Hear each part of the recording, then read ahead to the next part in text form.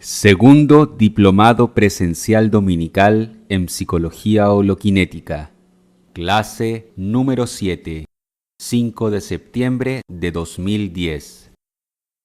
Imparte el Dr. Rubén Feldman González. Rubén Feldman González es un pediatra, psiquiatra y neurólogo nacido en Argentina. Ha dedicado más de 40 años al estudio y difusión de la percepción unitaria, que considera el hecho más importante de la vida humana, pero el menos conocido. Durante este periodo ha sostenido diálogos con investigadores de todo el mundo, entre ellos el físico David Bohm, el neurólogo Karl Pribram y el educador Jiddu Krishnamurti. Es iniciador de la psicología holoquinética y autor de una vasta obra escrita que incluye psicohistoria y exégesis cristiana. Séptima clase del Diplomado Presencial Dominical. Tenemos que recordarles que, como me han invitado a impartir un taller en Barcelona, salvo el 11, quiere decir que el domingo 12 y 19 no habrá clase, pero yo les ruego que sigan leyendo el nuevo paradigma en psicología como tarea, digamos, y en el domingo siguiente al 19, que creo que el domingo 26, vamos a repasar los posibles errores del examen que vamos a tomar al final de hoy, que es el examen de la holoquinesis. Son 10 preguntas, se hacen 10 minutos.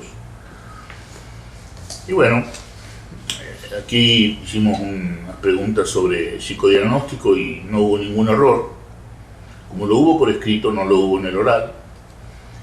Y entonces estamos contentos, parece que las bases de psicodiagnóstico están. Siempre recordamos que estamos haciendo este diplomado sin olvidar las inmensas y crecientes divisiones que existen en la humanidad, y que creemos que estamos aportando la salida de las divisiones humanas que conducen a la guerra y a la miseria, y esa salida es la percepción unitaria. Y decimos siempre, que lo más difícil es hacer la diferencia entre el ámbito B del funcionamiento mental y el ámbito C.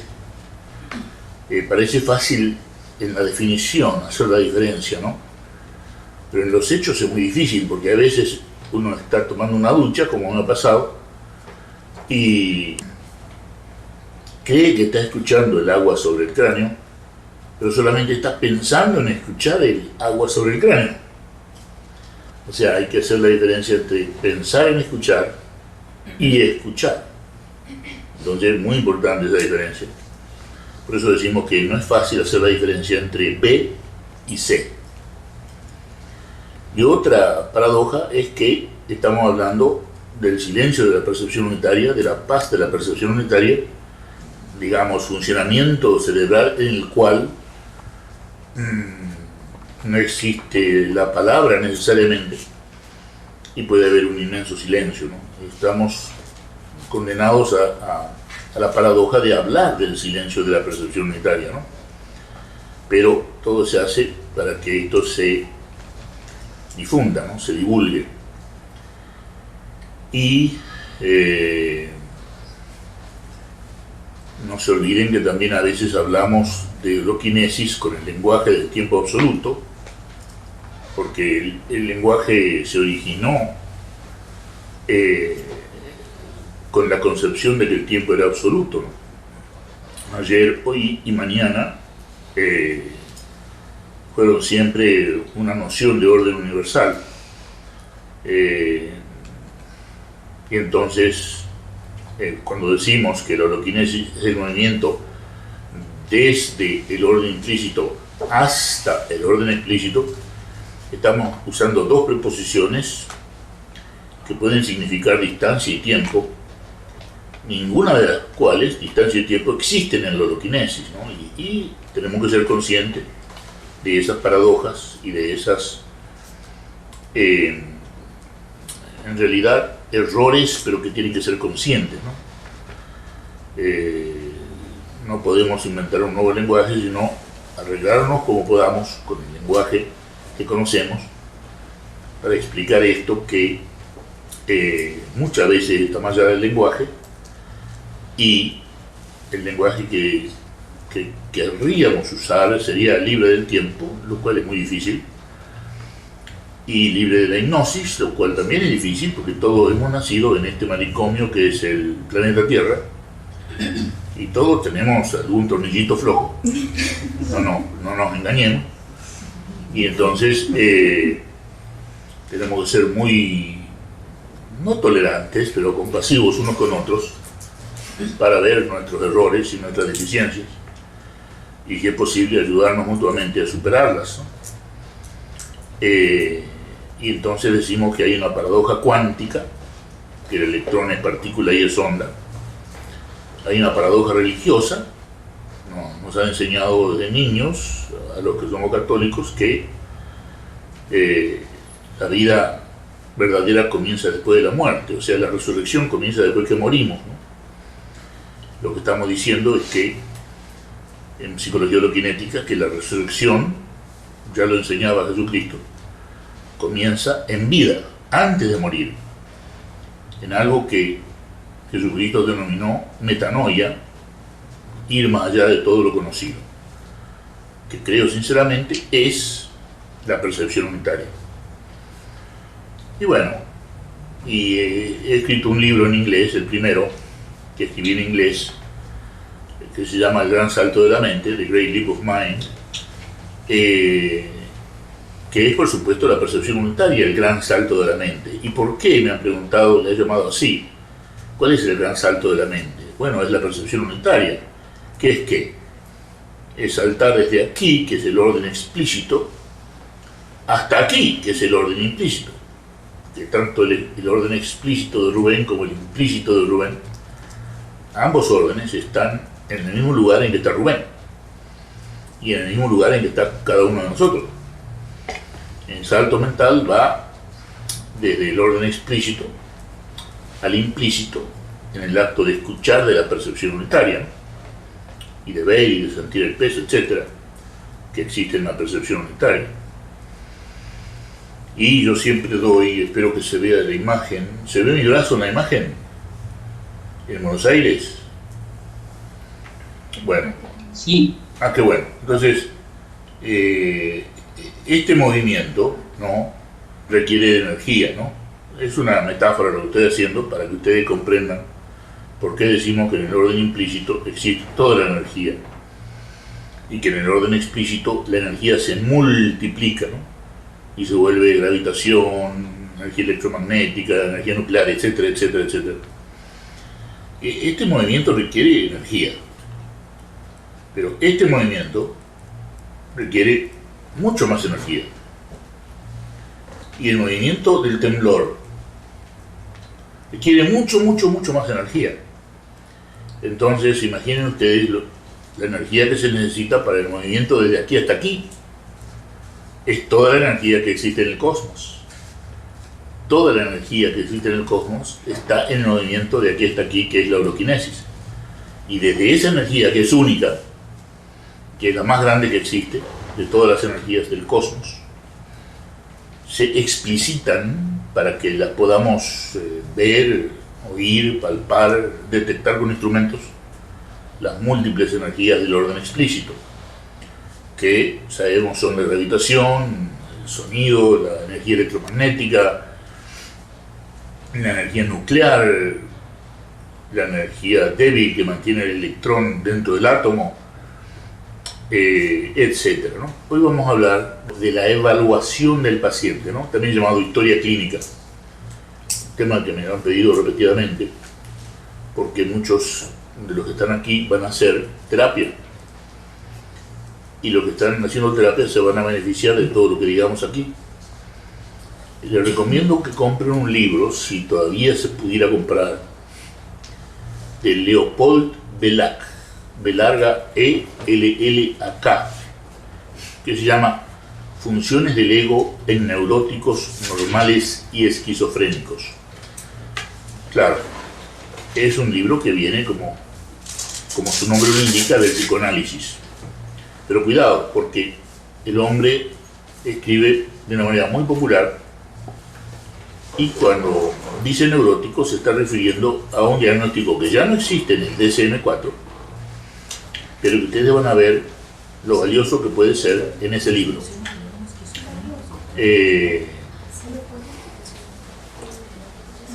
Bueno, y entre las funciones del ego que describe Leopold Vellac, está, por ejemplo, la prueba de la realidad, ¿no?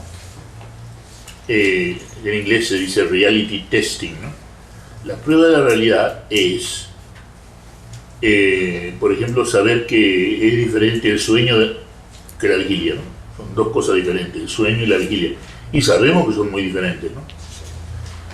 Y sabemos, por ejemplo, que hay una diferencia entre la fantasía, la imaginación, y la realidad no imaginaria, ¿no? No es lo mismo imaginar el agua que beber el agua que nos va a quitar la sed, porque el agua imaginada no nos va a quitar la sed. Y todo eso es tener una buena función del ego llamada prueba de la realidad o reality testing, cosa que le falta al psicótico. Ahora vamos a ver lo que hace Leopold Vellac. Leopold Vellac hace una especie de diagrama cuadriculado donde pone, por ejemplo, pone paciente esquizofrénico, vamos a poner John Smith, y están cada una de las funciones del ego y con puntuaciones, ¿no? de 1 a 10, ¿no? En realidad es de 1 a 13, pero vamos a decir de 1 a 10. Y entonces tenemos que el esquizofrénico tendría, del 1 al 10 tendría un 1 en prueba de la realidad, función del ego, reality testing, prueba de la realidad. Y una persona que se desempeña como, digamos, ejecutivo de empresa tendría un 10 en prueba de la realidad. O un profesor universitario tendría un 10 en prueba de la realidad. Y después tenemos otra función del ego, sentido de la realidad, que es, por ejemplo, la muchacha que tiene anorexia nervosa, se mira al espejo y se ve gorda y está flaquísima.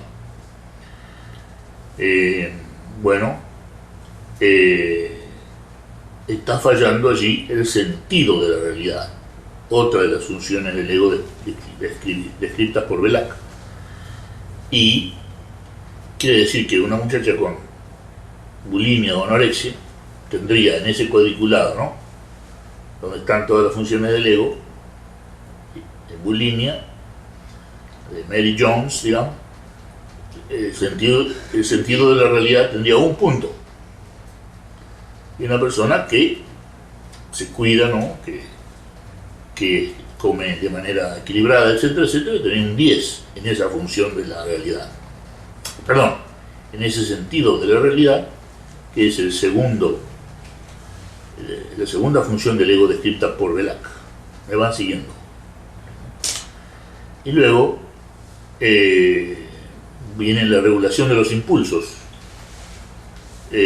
sobre todo la rabia y el sexo, ¿no?, que Freud le llamaba tánatos, le llamaba la rabia, y líbido le llamaba al impulso sexual, ¿no?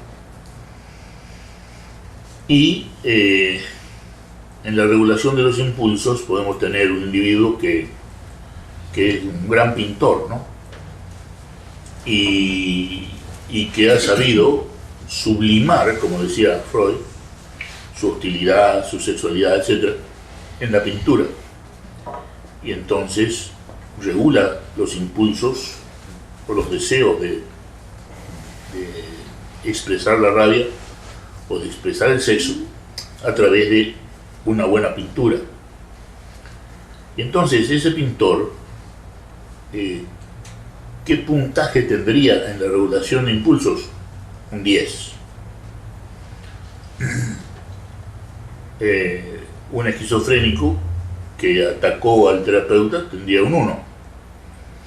Un bipolar, deprimido bipolar, que golpea a la esposa, que se emborracha, tendría un 1 en la regulación de los impulsos. Me van siguiendo, ¿no? O sea que las funciones del ego, lo que hizo Belak fue cuantificarlas, lo cual parecía imposible, ¿no? Y después vienen las regresiones adaptativas al servicio del ego, ¿no? Uno hace una regresión para adaptarse al mundo, al servicio del ego, quiere decir para disminuir la ansiedad. Cuando uno canta, cuando uno pinta, cuando uno toca la guitarra, cuando uno juega al fútbol, hizo una regresión adaptativa al servicio del ego, ¿no? Y entonces un esquizofrénico puede tener un 10 en esa función. Y digamos una persona muy intelectual que está absorbida por su trabajo podría tener un 1 en las regresiones adaptativas al servicio del ego porque no expresa su ego en esa función que es la regresión adaptativa, ¿no? O sea, portarse como un niño, regresión adaptativa, ¿no? Para no tener ansiedad. Y después está la gran función del ego, que es la más importante, a mi modo de ver, contribución de Sigmund Freud, las defensas. Recordemos, las defensas son inconscientes y un mecanismo de adaptación es consciente. En cambio, las defensas son inconscientes. Por ejemplo, se puede negar inconscientemente, lo cual es una defensa, o se puede negar conscientemente, lo cual es un mecanismo de adaptación. Por ejemplo, todo está bien, ¿no? Todo está bien. Como dicen los que dicen que no hay que pensar, que hay que pensar positivamente. Entonces, todo está bien. Ese es un mecanismo de adaptación, porque es consciente.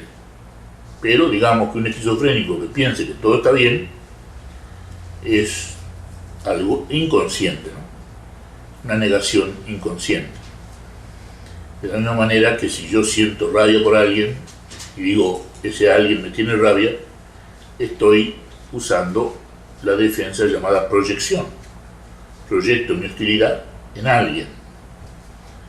También está la transferencia o desplazamiento, que es la hostilidad que le tengo, digamos, a mi nuevo jefe, que apenas lo conozco, porque estoy transfiriendo o desplazando inconscientemente, sin darme cuenta, la hostilidad que le tenía a mi papá, que es un poco parecido a este señor, que es mi nuevo jefe.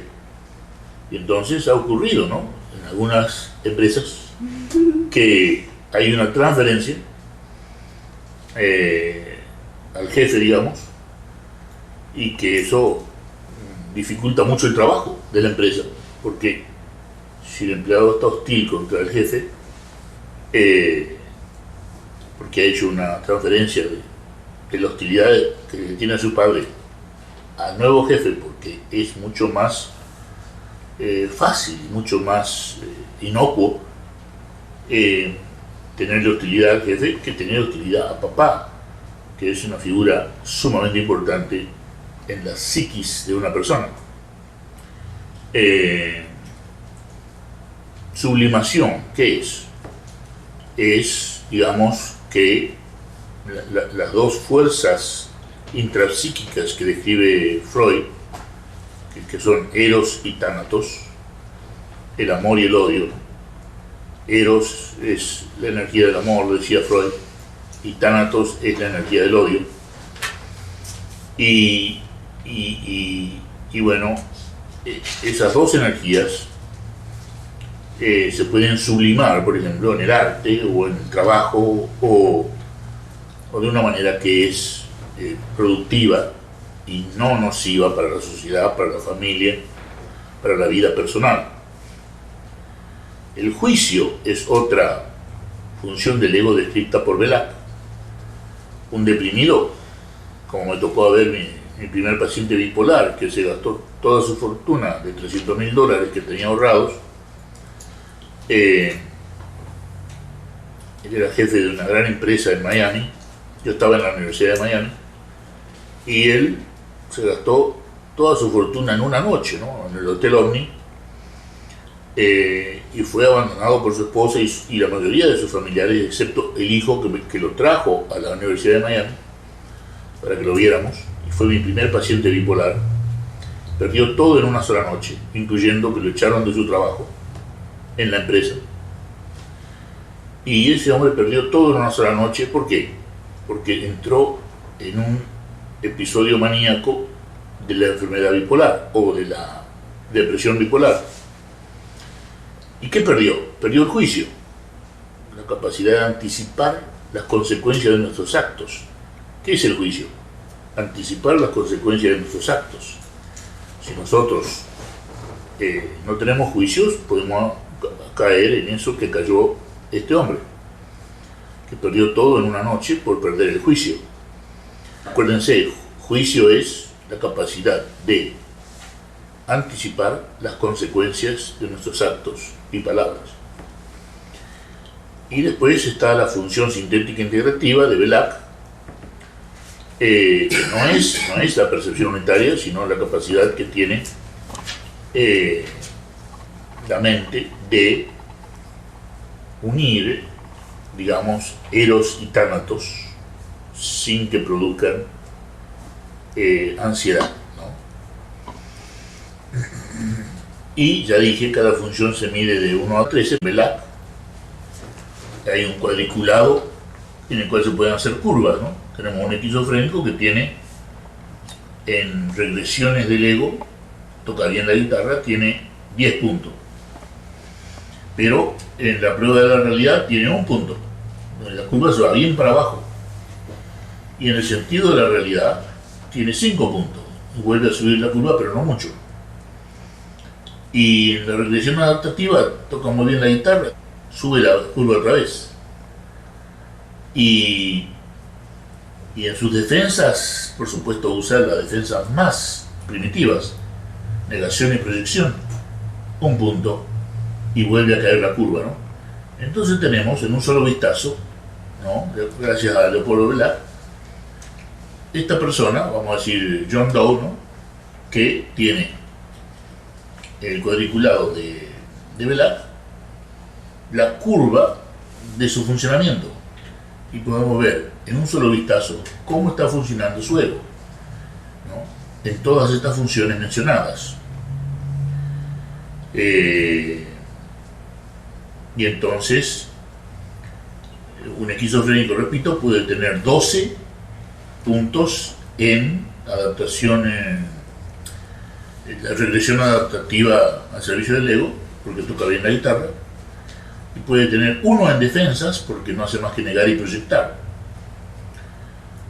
y puede tener un 3 en juicio, porque no tiene buen juicio. Y si tenemos una curva donde la curva no pasa de 3 en todas las funciones, ese paciente tiene que ir al hospital. Y si en todas las funciones el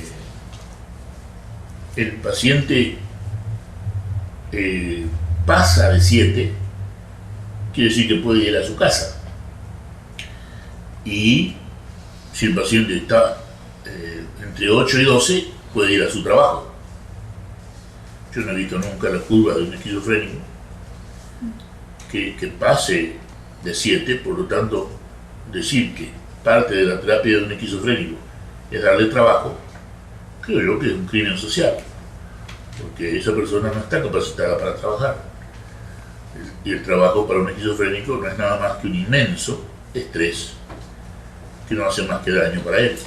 Y entre 3 y 7, que otra entre una 3 y evaluación 7, más profunda. Claro, entre 3 y 7 tienes que verlo, ¿no? A ver, tienen, por supuesto, si es un esquizofrénico, como en el caso que propongo, está tomando el antipsicótico, porque a lo mejor te dice que sí, pero la madre te dice que no lo toma, ¿no? Entonces, lo más probable es que si está con una curva muy baja en la evaluación de Belak, no está tomando el medicamento, que es el diagnóstico más frecuente del DSM-4. Abandonar el tratamiento, no está tomando la medicina. Eso es muy común en cualquier paciente, ya sea porque perdió la receta, que es lo que a mí no me cabe, cómo puede ser que una persona pierda la receta, o porque no vino a la sesión que tenía que venir. Hace poco tuvimos aquí un paciente así, que perdió un maravilloso tratamiento, que iba muy bien, sigue bien por suerte, pero perdió un maravilloso tratamiento y ahora tiene un tratamiento bueno nada más, y no tan maravilloso como era. ¿Por qué? Porque se olvidó de venir. Por suerte vino con sus padres y todo está en buen camino. Pierde la receta, no viene a la cita. ¿Por qué un paciente deja de tomar medicina?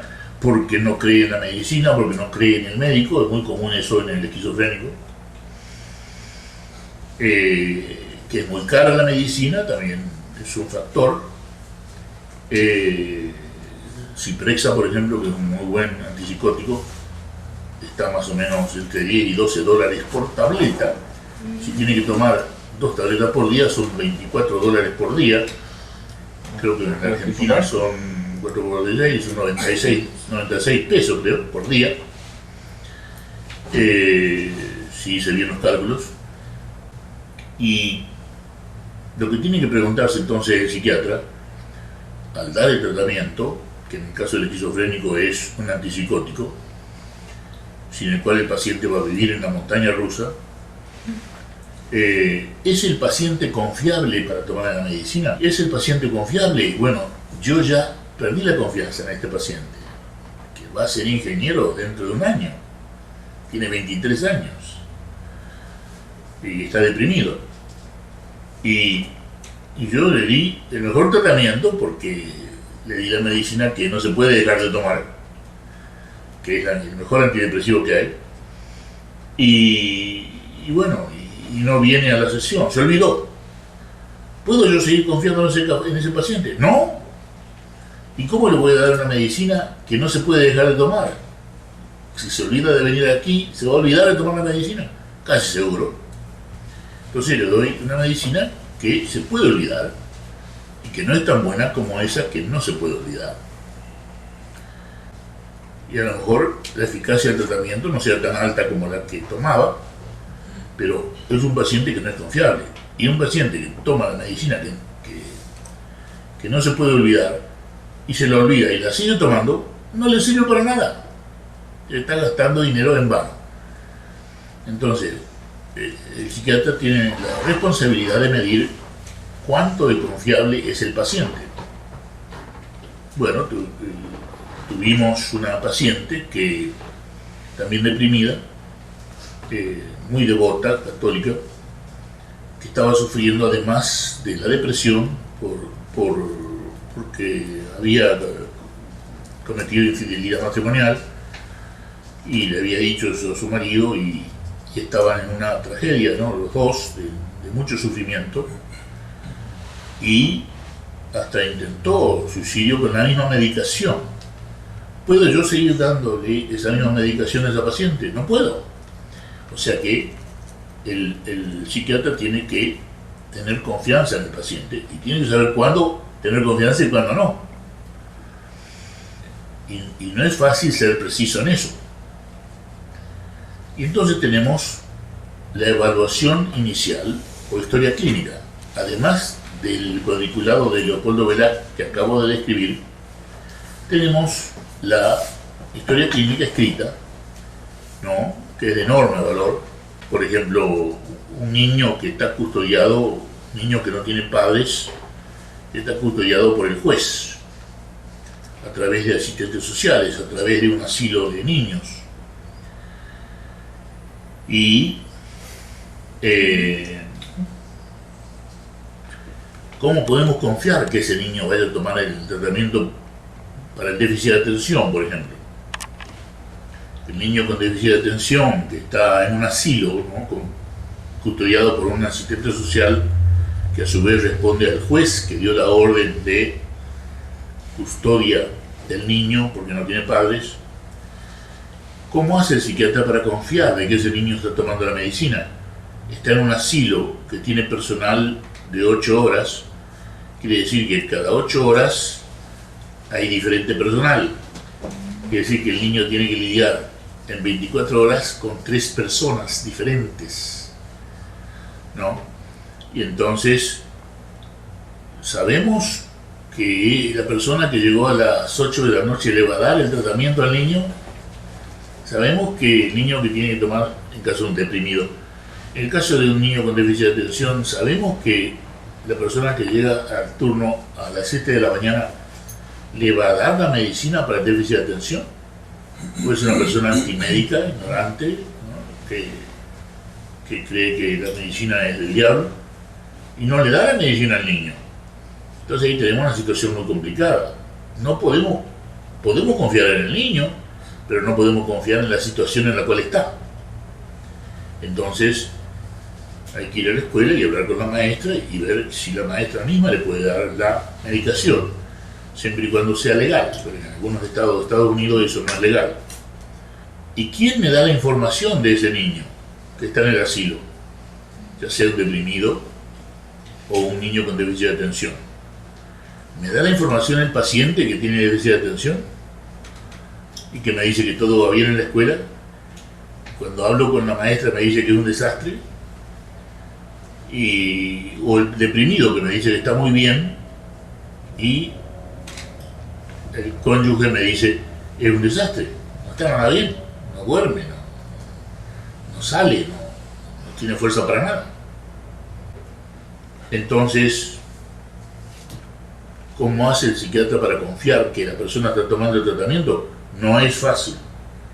Depende del paciente, depende de los progenitores en el caso de los niños, depende del cónyuge en el adulto casado, y depende de quién en el adulto soltero, cuando uno lo está viendo a solas al paciente. Y tener mucho cuidado de si vamos a confiar en el paciente con la medicina que le damos. Entonces tenemos, por suerte, la evaluación del paciente, ¿no? Y vamos a verla, la más completa que yo conozco, que es la que vamos a ver hoy, que comienza con ¿qué? Con los datos personales, ¿no? Comienza con los datos personales. Juan Pérez, ¿no? Juan Pérez se la lleva en el consultorio. Sí.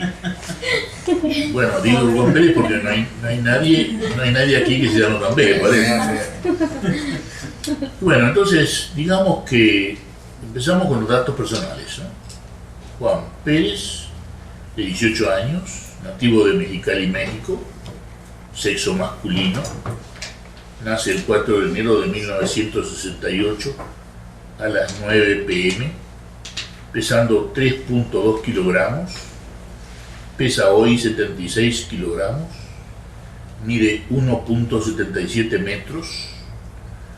Su médico general es Pedro Alonso de Mexicali, teléfono tal y tal, quien lo operó del tabique nasal 10 meses atrás. Educación máxima preparatoria, que en Argentina se llama secundaria, y va a la escuela tal y tal, y el teléfono del paciente en la casa es tal y tal, y el celular es tal y tal, y su correo electrónico tal y tal. Datos personales. Tengo la obligación de saber cómo puedo yo ponerme en contacto con el paciente si yo tengo una emergencia que me obliga a no poder verlo. No ha ocurrido nunca con Rubén, pero ha ocurrido con otros terapeutas que de pronto te dicen no puedo, por razones personales serias, no puedo ver al paciente. Y tenemos la obligación, la responsabilidad profesional de hacer contacto con el paciente y decirle, se cancela esta cita y lo vamos a ver tal día. Y entonces, ¿terminan allí los datos personales? No. Padre Juan Pérez, señor de 40 años. Madre María Urrutia, de 37 años. Ambos de educación máxima primaria, 6º grado. Visto por primera vez el 27 de septiembre de 1986, por quien suscribe el doctor RFG, psiquiatra neurólogo. Problema presentado, Así terminaron los datos ahí. Ahí terminaron los datos personales. Ahora bien, es bueno tener esto, que yo creo que se lo mandé a todos, ¿no? Todos lo tienen, ¿no? Sí. Entonces, es bueno tener esto en la mano cuando comienzan a dar terapia, para que no se les escape nada de esto. Y con el tiempo lo van a incorporar, ya no van a necesitar recurrir a este machete, ¿se dice? Machote. Acá en México se dice machote, en Argentina machete. No sé si se seguirá diciendo machete en Argentina, pero bueno. Pero se necesita esta guía para, al principio, ser completo en la evaluación, que no falten datos. Y entonces ahora viene, después de los datos personales, para ver cómo me comunico yo con ese paciente en cualquier caso, etcétera, etcétera. Ahora ahí viene el problema que presenta el paciente, que puede no ser el problema real. Entonces, problema presentado. ¿Cuál fue en el caso de Juan Pérez? Mi madre me envenena la comida. Mi padre es homosexual y mis vecinos conspiran con el FBI para matarme. Tarán, tarán. Tarán, tarán, lo dice el psiquiatra, no lo dice el paciente. Entonces ese es el problema presentado. Un psiquiatra experimentado ya se va dando una idea muy clara de cuál puede ser el diagnóstico. Puede ser 2 o 3 diagnósticos, nada más. Y por supuesto que uno piensa en esquizofrenia, uno piensa en enfermedad bipolar, uno piensa en alguna personalidad esquizotípica muy grave, etc. Pero lo primero que hay que pensar en este caso es esquizofrenia. Entonces ahora viene la historia del problema presentado. Entonces, datos personales, problema presentado, historia y duración del problema presentado.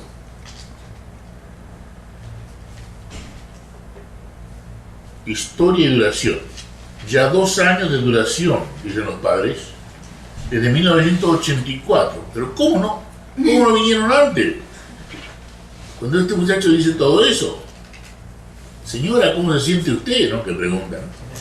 ¿Cómo se siente usted cuando su hijo dice que usted le envenena la comida? Por eso digo yo que la familia sufre más que el paciente, ¿no? No, pagamos. ¿Pagamos? Súbele un punto, ¿no? O 2. Como guste. Pagamos un poquito. Perdón. Estaba viendo Tenemos aire acondicionado porque si no bien. nos morimos aquí. Bueno, pero algunos ya sienten frío. Entonces seguimos con la historia del problema presentado. Y llevan 2 años de esta situación. Que aguante los padres que esperaron 2 años para ir al psiquiatra. Y 2 años atrás comienza a usar cocaína. Lo cual, entonces ya podemos pensar, a lo mejor está así por la cocaína. La cocaína en exceso produce psicosis. ¿Dicosis? Psicosis. Ah, psicosis. La cocaína en exceso.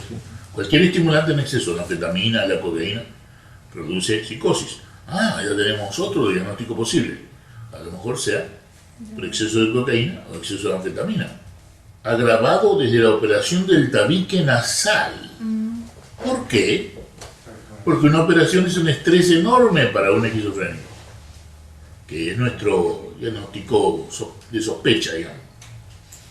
Para cualquier persona una operación es un estrés. Ese estrés desencadena el cuadro psicótico. ¿Por qué? Esa operación fue 10 meses atrás. Tanto el paciente como los 2 progenitores niegan historia de enfermedades o ideas suicidas y homicidas. Siempre hay que preguntar sobre ideas suicidas y homicidas.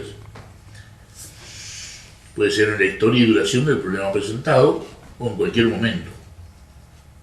En historia personal, en algún momento hay que preguntar si hubo ideas suicidas o homicidas. O intentos, peor, ¿no?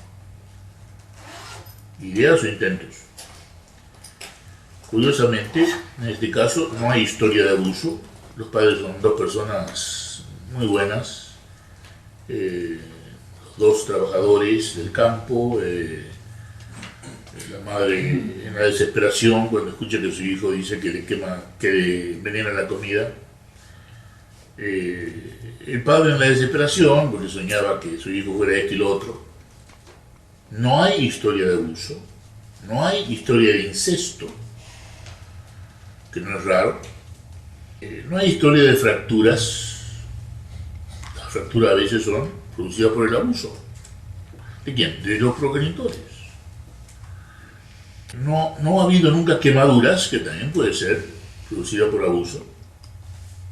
No hay cicatrices, que también puede ser producida por abuso. Y no hay negligencia o descuido de los progenitores. Ambos están simplemente en un estado de preocupada desesperación. Y ahora viene la historia personal y la historia familiar. Y empezamos con la historia del desarrollo, cómo se desarrolló, la historia familiar y matrimonial de los progenitores, la historia médica del paciente, la historia educacional, ¿no? Hasta qué grado llegó, calificaciones, etc. La historia legal, si ha tenido arrestos o crímenes, felonías, misdemeanors, nunca supe traducir la palabra misdemeanor, crímenes menores o mayores, historia legal, historia militar, ¿no? En una época era obligatorio el servicio militar en Argentina y a mí me tocó 16 meses. Por suerte creo que en Argentina eso se acabó. Pero en Estados Unidos es importante preguntar por la historia militar y en cualquier lado. Porque hay gente que no sale bien del servicio militar. Bueno, entonces, historia personal y familiar. ¿Informa quién? ¿Quién es el que está informando en esta historia? Hay que aclarar. ¿Viene del paciente, a quien le podemos tener poca confianza porque abusa de un estimulante como la cocaína? Quizá también de anfetaminas y los padres no saben, porque esta información vino de los padres. ¿Quién informa? Informa el paciente, informa papá, informa mamá. Y tanto el paciente como ambos progenitores se están informando, ¿no? Y ¿puedo yo confiar en esa información? Todo esto tiene que estar en la historia clínica, o sea, en la evaluación inicial del paciente. Y cada vez que le evaluamos, cuando lo vemos, ¿no? En terapia o lo que sea. Tengo poca confiabilidad en el paciente, porque no solamente es drogadicto, sino que también parece que tuviera, sin duda, una psicosis, ¿no? Y los progenitores no son personas demasiado bien educadas. Han llegado ambos a 6º grado. Luego comenzaron a trabajar en el campo. Entonces tenemos que, aunque sean confiables los progenitores, pueden no ser del todo confiables porque no son gente muy educada. Y cuanto menos educada está la gente, tiene más prejuicios. Prejuicios raciales, prejuicios de aquí, prejuicios de allá. Y entonces, al paciente le puedo tener confianza siendo que toma cocaína y que dice las cosas que dijo. No. Entonces, confiabilidad restringida. La historia marital de los progenitores. Todo bien. ¿Qué quiere decir todo bien? Hay 4 cosas que hay que preguntarle a una pareja. ¿Cómo está la comunicación? ¿Cómo está la ternura? A Pedro y a María, ¿no? La pareja. Pedro, ¿cómo está la ternura en su relación? Y María, ¿cómo está la ternura? Bien, bien. ¿Cómo está la comunicación, María? Bien, bien. ¿Cómo está la comunicación, Pedro? Muy bien. ¿Cómo está la diversión cuando ustedes se divierten? ¿Se divierten? ¿Cómo está la sexualidad? No es necesario que contesten, pero si me contestan, los voy a poder ayudar mejor. Entonces son 4 cosas para preguntarle a una pareja: comunicación, ternura, diversión, sexualidad. Y de allí podemos hacer una historia marital de los progenitores. Contestan: todo bien. Las 4 cosas bien. Viven los 3 en una casa de 2 habitaciones. Mucha suerte, porque es un solo hijo que duerme en una habitación para él solo. Eso es un lujo. En cualquier país, incluyendo Estados Unidos. Y hay 2 baños en la casa, lo cual es un lujo. Si tomamos, digamos, todas las casas del mundo, tener 2 baños en una casa es un lujo. Hay comedor, hay una salita, porque hay que preguntar cómo es la casa. Y hay un pequeño patio en una casa de un piso. Nadie fuma ni bebe alcohol en la casa. O sea que también hay que preguntar en la historia familiar. La dieta es normal, quiere decir que no es vegetariana, no hay dieta especial, no es dieta macrobiótica. No, es una dieta normal. Van al supermercado y comen para llenarse y no hay problema de comer. Le tienen más miedo al hambre que a la comida. Y los abuelos paternos están en el DF y los abuelos maternos en Morelia. Los abuelos paternos en el DF y los abuelos maternos en Morelia. O sea que están lejos de los abuelos. No hay el apoyo de los abuelos para estos dos progenitores que tienen un hijo bien jorobadito. ¿Qué edad tiene el hijo? 18 años. Lo vi hace poco, ya está en los 30 y pico, ¿no? Y anda bien. Nunca hubo mudanzas ni separaciones del paciente y los progenitores. El desarrollo del paciente habló al año y caminó al año de edad. ¿Está afectado el desarrollo? No, está normal. La escolaridad fue normal, nunca repitió grado. Eso en Estados Unidos es muy normal. Pero no significa que sea un chico que sabe algo, porque la promoción en Estados Unidos es social. No es una promoción por lo que sepa, sino por la edad que tiene. Tiene 9 años, 3er grado. No hay ningún examen, no hay nada. Pero tenemos chicos en 6º grado en Estados Unidos que no saben leer y escribir. Que fueron promovidos socialmente, no fueron promovidos educativamente. Y para allá vamos. Buen desarrollo, habla y camina al año, escolaridad normal, no repite grado. ¿Por qué? Porque hubo, insisto, promoción social del niño, no promoción educativa. Historia médica. Uso de cocaína a los 16 años. Nunca fue vacunado. Nunca fue hospitalizado. Lo cual para una persona que podría ser esquizofrénica es un milagro. No hay historia de accidente alguno, ni de cirugía, excepto ¿cuál? La del tabique nasal, que fue 10 meses atrás por el doctor Pedro Alonso de Mexicali. Hay que saber quién lo operó. Porque con ese médico yo quise hablar por teléfono para que me hablara de ese paciente y de esa familia. ¿Por qué? Porque la confiabilidad está restringida por la educación, por el problema, etc. Y quiero saber quién hizo la operación, quiero hablar con esa persona. Y la familia y los progenitores niegan historia de tuberculosis. Toda esta pregunta hay que hacerla. Historia de tuberculosis, no. SIDA, no. Diabetes en la familia, no. Lo cual es muy raro en una familia Pérez, que es una familia latina. Los latinos, lo sé porque he trabajado en Estados Unidos más de 20 años, son los que más tienen diabetes. El anglo, el afroamericano, el chino tienen menos diabetes que el latino.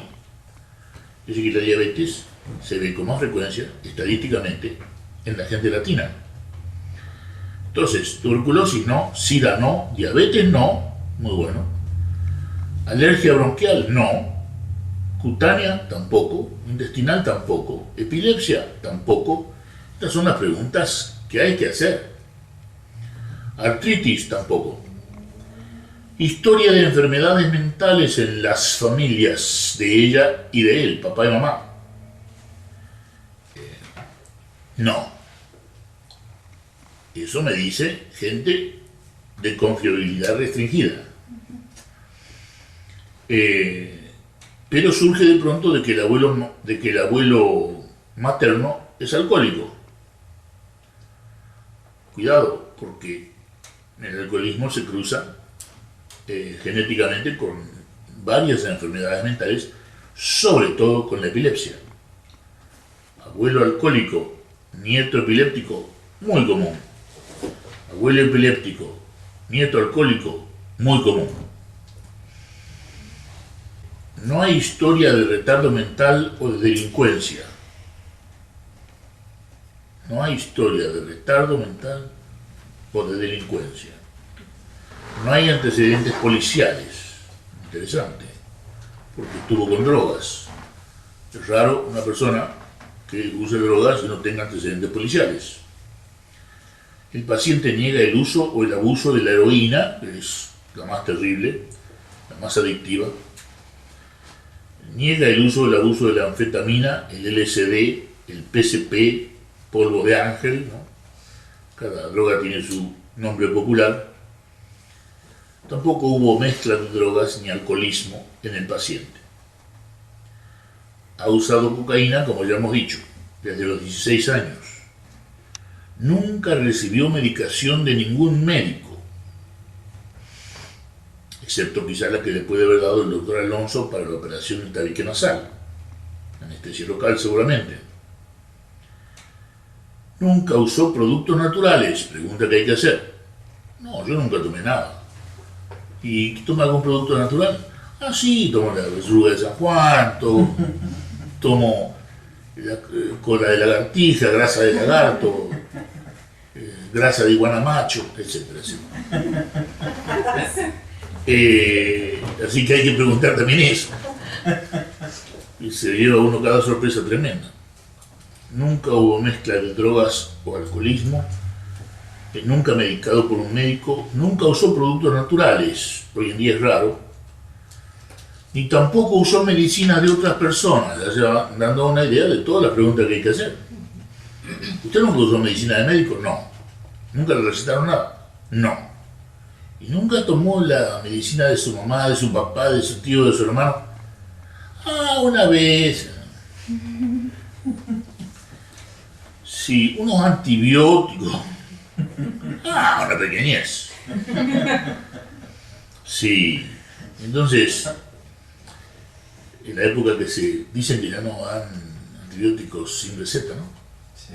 Pero en algún momento se daban antibióticos sin receta en México. Los farmacéuticos lo daban, sí, claro. No, por supuesto, el médico receta, ¿no? Y tampoco usó medicina de otras personas. Sexualmente virgen, eso fue expresado por el mismo paciente, pero dijo, uso mucho el Penthouse, una asociación libre, niega promiscuidad sexual alguna. Es creíble, yo eso lo creo de un esquizofrénico, de que tenga socialidad restringida, porque tiene alogia, bulia y afecto chato, y que no tenga ninguna amiga, y que por lo tanto no tenga promiscuidad sexual. En un esquizofrénico lo creo. Y después de eso viene ese gran capítulo de la evaluación inicial, o historia clínica, que es el estado mental. ¿Cómo está mentalmente este paciente, ¿no? Que tiene su nombre Juan Pérez, ¿no? ¿Cómo está el estado mental de Juan? ¿Qué tenemos que ver en el estado mental?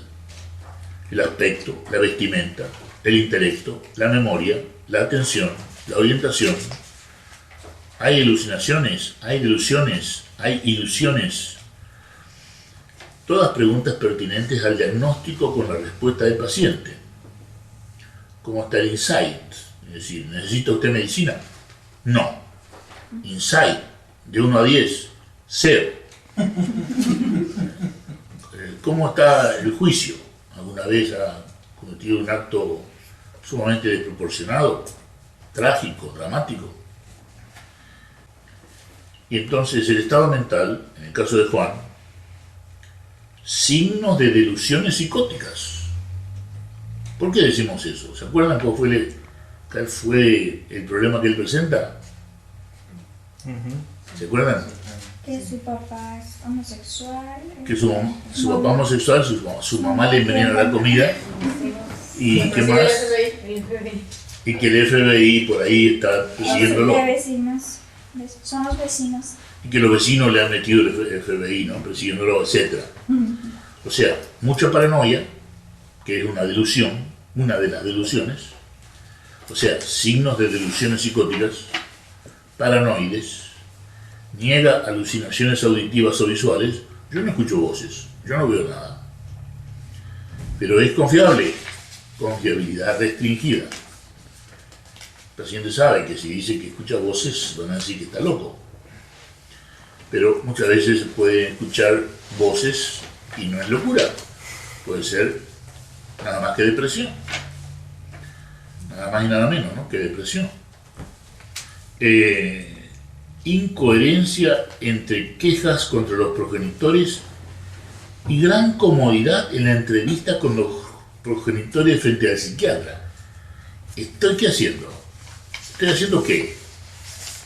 Simplemente viendo que este muchacho que me dice que la madre le envenena la comida está cómodamente sentado entre papá y mamá, a quien lo acusa de cosas terribles. Entonces, ¿qué vemos ahí? Incoherencia, ¿no? ¿Y cuál es la base para hacer el diagnóstico de esquizofrenia? La incoherencia. En este hecho hay una incoherencia. Ya la tengo anotada. Después está la incoherencia del hablar. Pero también está la incoherencia de que está diciendo cosas terribles de los padres y sentados cómodamente entre ellos dos. Y de la vestimenta también, ¿verdad? Claro, claro. Ahora entramos a la vestimenta, ¿no? La vestimenta tiene que estar de acuerdo al género, o sea, varón o mujer, ¿no? Que no venga el varón vestido de mujer, o la vestimenta tiene que estar de acuerdo a la estación, que no venga ahora con un tapado de piel, ¿no? Y temperatura de Mexicali 50 grados sobre cero. Entonces, que aparezca con tapado de piel sería un poquito incongruente, un poquito incoherente. Y de acuerdo a la edad, vestido de acuerdo a la edad, ¿no? Una vez vi una anciana que llega con minifalda, digo yo, ¡ah, caramba! ¡Ah, caramba! Bueno, entonces, por eso yo digo, le digo a Ceci, que se recibió hace poquito de Relaciones Humanas y psicóloga, y le digo, no vas a tener un solo momento de aburrimiento. Sí, sí. Eso es lo bueno del terapeuta, ¿no? Nunca va a estar aburrido. Y entonces, de pronto, sin preguntarle nada, en esa comodidad que menciono entre los dos progenitores, a quienes acusa, dice, yo canto igual que Vicente Fernández. ¿No? No, dice el paciente. Pero esto es verídico, ¿eh? Y entonces yo inmediatamente le digo, para alivianar todo el diálogo, ¿no? Le digo, bueno, Juan, acá estás obligado a cantar algo de Vicente. Por supuesto cantó una piedra en el camino. Entonces, canta algo.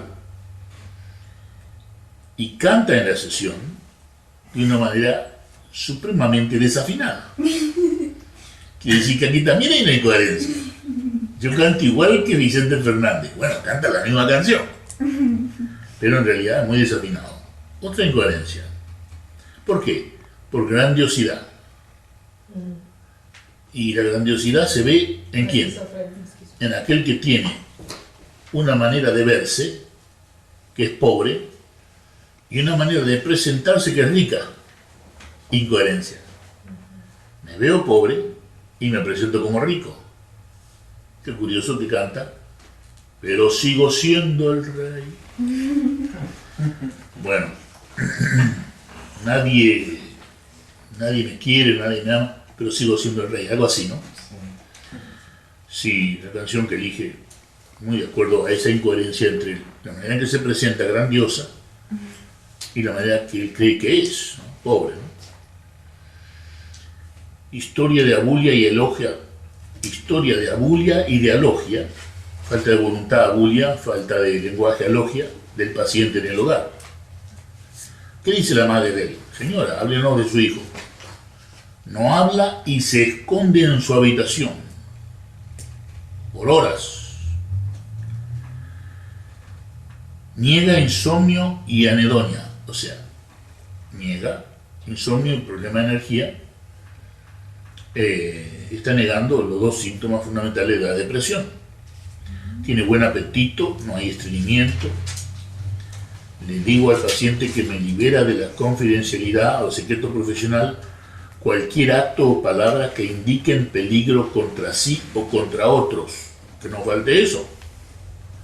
Decirle al paciente, yo voy a mantener el secreto profesional, que se llama confidencialidad, a no ser que usted haga o diga algo que me demuestre que usted va a hacer algo contra usted mismo o contra cualquier persona de la sociedad. ¿Se le dice al paciente potencialmente peligroso? No, a todo paciente. Todo paciente se le dice, esto es un secreto, nuestra relación es confidencial, a no ser que usted me demuestre que es un peligro para usted o para los demás. Esto es una ley en Estados Unidos que se llama Tarasov-Mavrudis, por el caso Tarasov, una muchacha que va perdón, no es la muchacha la que va al psicólogo, es el novio que va al psicólogo y dice que la va a matar a esta muchacha Tarasov. Y el psicólogo no dice nada y él va y la mata a la novia, porque lo había abandonado. Y de entonces hay una ley de que esa pregunta tiene que hacerse en todos los casos. En Estados Unidos, ¿no? En California se llama la ley de Tarasov-Mavrudis, porque ocurrió dos veces, con una muchacha Tarasov y con otra muchacha Mavrudis. Y entonces, el aspecto, leve obesidad, bigote incipiente y ralo, postura rígida, sentado entre ambos progenitores, muy inmóvil, con las manos entrecruzadas los 75 minutos de esta sesión evaluativa. ¿Cómo se llama eso? Cuando hay una inmovilidad durante 75 minutos, que es rígida y con pocas palabras. Catatonía. Eso se llama catatonía. Su ropa limpia y apropiada para su edad, sexo y estación, del otoño. Bueno, no me extraña que esté vestido apropiadamente, porque veo cómo está la madre preocupada por él, hijo único, y cómo está el padre preocupado por él. No, se van a ocupar de que va a salir para ver al doctor bien vestido. Él es lacónico, de pobre vocabulario, inexpresivo. ¿Típico de quién? De un esquizofrénico. Lacónico, que decir que habla poco. Viene de Esparta, ¿no? Laconia era la provincia griega de donde estaba Esparta, ¿no?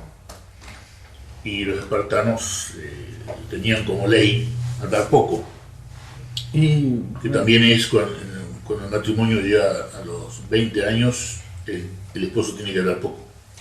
Nah, chiste.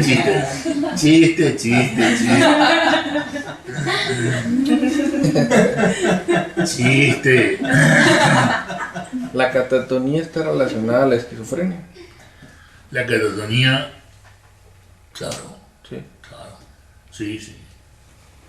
En realidad un catatónico que no sea esquizofrénico, muy difícil. Sí. Pero por ejemplo, en esas situaciones así de Drogas. súbitas noticias y hay gente que se Sí. catatónica y sin ser esquizofrénica. Sí, bueno, Viudas que de repente... el joven que vino aquí que lo dejó la novia, ¿no? Estaba catatónico. Le digo yo, ¿cuántas veces pensaba en tu novia por día? Dice, de vez en cuando. Le digo, mentiroso, te la pasás pensando en ella. Sí. Y estaba catatónico, inmóvil. Pero no Por la necesariamente tristeza. esquizofrénico, ¿verdad? No. Pero si hay catatonía, hay que pensar en esquizofrenia, ¿no? Si se juntan todos los otros elementos. Postura rígida. Bueno. Lacónico, pobre vocabulario, inexpresivo. Pobre vocabulario quiere decir que tiene mala educación. A pesar de que llegó a donde tenía que llegar por su edad en la educación, no sabe ni leer ni escribir. Y pues el vocabulario es muy pobre y no se expresa, que es lo que se conoce como afecto chato, ¿no? Contacto ocular intermitente. O sea, el paciente que te mira a los ojos, muy buen signo. El paciente que no te mira a los ojos, cuidado.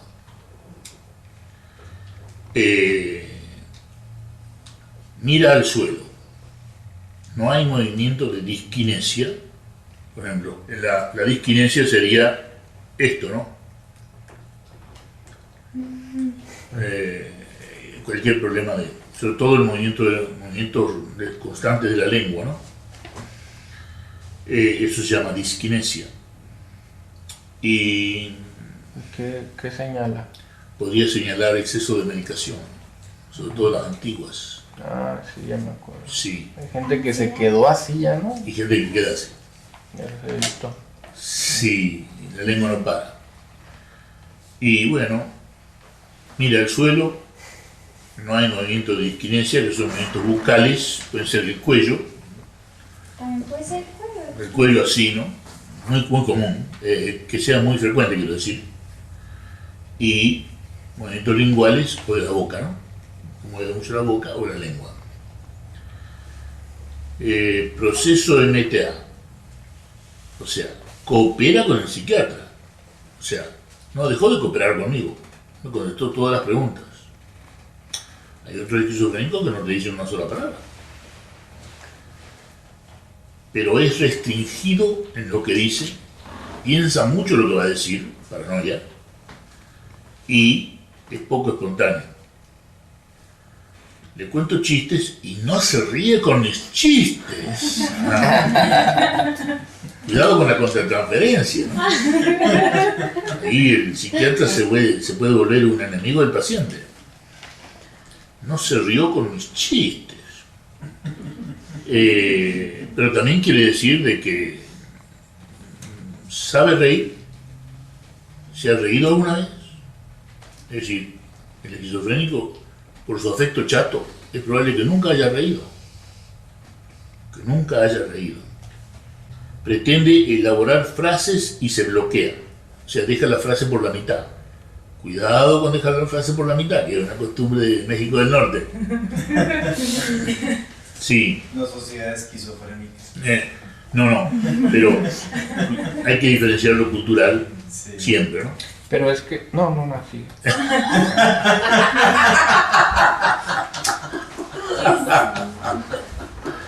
Sí. O sea, dejar la frase por la mitad puede ser una costumbre de México del Norte, pero cuidado con que también sea esto, que es lo que estamos sospechando. Pretende elaborar frases y se bloquea. Frases incompletas. Y yo acá puse. Lo van a leer, ¿no? Espero que lo lean. Y que lo tengan como guía, para que sea una evaluación completa del paciente la que hagan. Puse comunes en el norte de México. La frase es incompleta. Es muy común eso en el norte de México. volumen y ritmo normal de la expresión verbal. O sea, no grita y no se acelera al hablar. Se acelera cuando acusa a sus padres, la paranoia, ¿no? Delusiones de tipo paranoide de grandeza y persecución. A veces me habla la televisión, otra información que me da sin que se la pregunte. Eso se llama idea de referencia. Y después viene la evaluación del sensorio, o sensorium, que es evaluar la memoria, la atención, la inteligencia. ¿Y qué me falta? Memoria, atención, inteligencia y orientación, ¿no? O sea, tengo que evaluar memoria, atención, inteligencia y orientación. Orientación, ¿quién soy yo? ¿Dónde está usted? ¿Qué ciudad es esta? Persona, tiempo y espacio. Orientado a persona, tiempo y espacio, ¿sí? ¿Qué hora es? Entonces, estimo el coeficiente intelectual como promedio o debajo del promedio, aunque no sea retardado. Estimo que el coeficiente intelectual está por debajo del promedio. La memoria reciente es buena. La atención es buena, la que primero se afecta es la memoria reciente. Por eso es bueno decirle al paciente, repítame este número, 3865409, que me lo repita. El problema de la atención, el problema de la memoria, lo primero que fracasa es la memoria reciente. La memoria remota no se pierde. ¿En problemas de atención? En el Alzheimer, en la demencia, en el problema de atención, en la esquizofrenia, en la depresión, lo primero que se afecta es la memoria reciente, no la remota. Por eso es que hay que hacerle, repítame estos 6 números, y eso vale más que te diga cuál fue el primer presidente de Estados Unidos, ¿no? O el primer presidente de México. Eso es fácil de recordar si ha habido educación. Estimo el coeficiente como promedio o debajo. Memoria reciente buena. Lo más importante es la memoria reciente, ¿eh? Insisto, la memoria remota generalmente es buena. Es lo último que se pierde en la demencia, es la memoria remota, la memoria de la infancia. La atención es buena en la sesión de 4 personas. Somos 4. 2 progenitores, un psiquiatra y el paciente. Y sin embargo, nunca perdió la atención el paciente. Al contrario, estaba con gran atención, completamente inmóvil, catatonía paranoica, para que no se le perdiera ninguna información.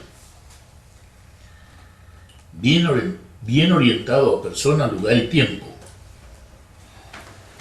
Se niega a expresar 3 deseos. Y bueno, a veces decirle al paciente, dame 3 deseos tuyos, se negó. Luce temeroso, triste y enojado. Típico, muy típico. Niega tristeza, enojo y temor. Otra incoherencia. Si yo veo que está triste, que está enojado, y él me dice que no, ya tenemos una tercera incoherencia. ¿Se acuerdan cuáles son las 3 incoherencias? Karina. De la esquizofrenia. Las 3 de Juan. Las 3 incoherencias de Juan. ¿Te acuerdas cuáles son? Estar sentado entre sus padres, el presentarse Cómodamente. A pesar de haberlos acusado de cosas terribles, que le envenenan la comida. Él se presenta como rico o grandioso y se ve pobre, y esta es la tercera, ¿no? Canto como el gran cantor, y resulta que no. Y tercero, el negarse triste. Negar su tristeza. Yo lo veo muy triste y él dice que no está triste. Insight quiere decir, palabra inglesa que quiere decir comprensión de su estado, ¿no? Dice que no necesita tratamiento. ¿Cómo está el insight? No hay insight. Yo no necesito ningún tratamiento. Examen neurológico. El paciente se rehúsa al examen neurológico y se rehúsa a dibujar a su familia. Son dos cosas que dan mucha información. El paciente se rehúsa. Ahora viene el diagnóstico en 5 ejes. Yo creo que es fácil el diagnóstico en 5 ejes aquí. Eje 1, esquizofrenia. Eje 2, no hay retardo ni problema de personalidad. Eje 3, no hay ninguna enfermedad excepto la operación del tabique. Eje 4, ¿cuánto le pondrían de 1 a 5 en cuanto al estrés a este paciente? 5.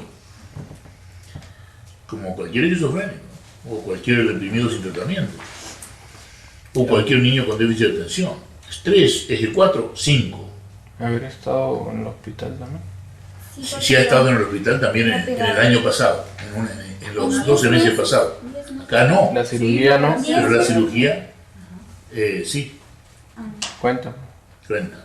Y que es... Y aunque no tuviera cirugía, por ser esquizofrénico tiene 5 Sí, puntos. sí, sí. Sí. Y que es, bueno, que es cocaína, no va en el eje 1, que usa cocaína. El eje 1, uso de cocaína, sí, me había olvidado de eso. Exactamente. Uso de cocaína, que es un estimulante tremendo que produce psicosis. Pero en este caso, a pesar de la cocaína, se puede hacer el diagnóstico como de esquizofrenia paranoica. Plan diagnóstico. Hay que hacer un examen neurológico porque se rehusó.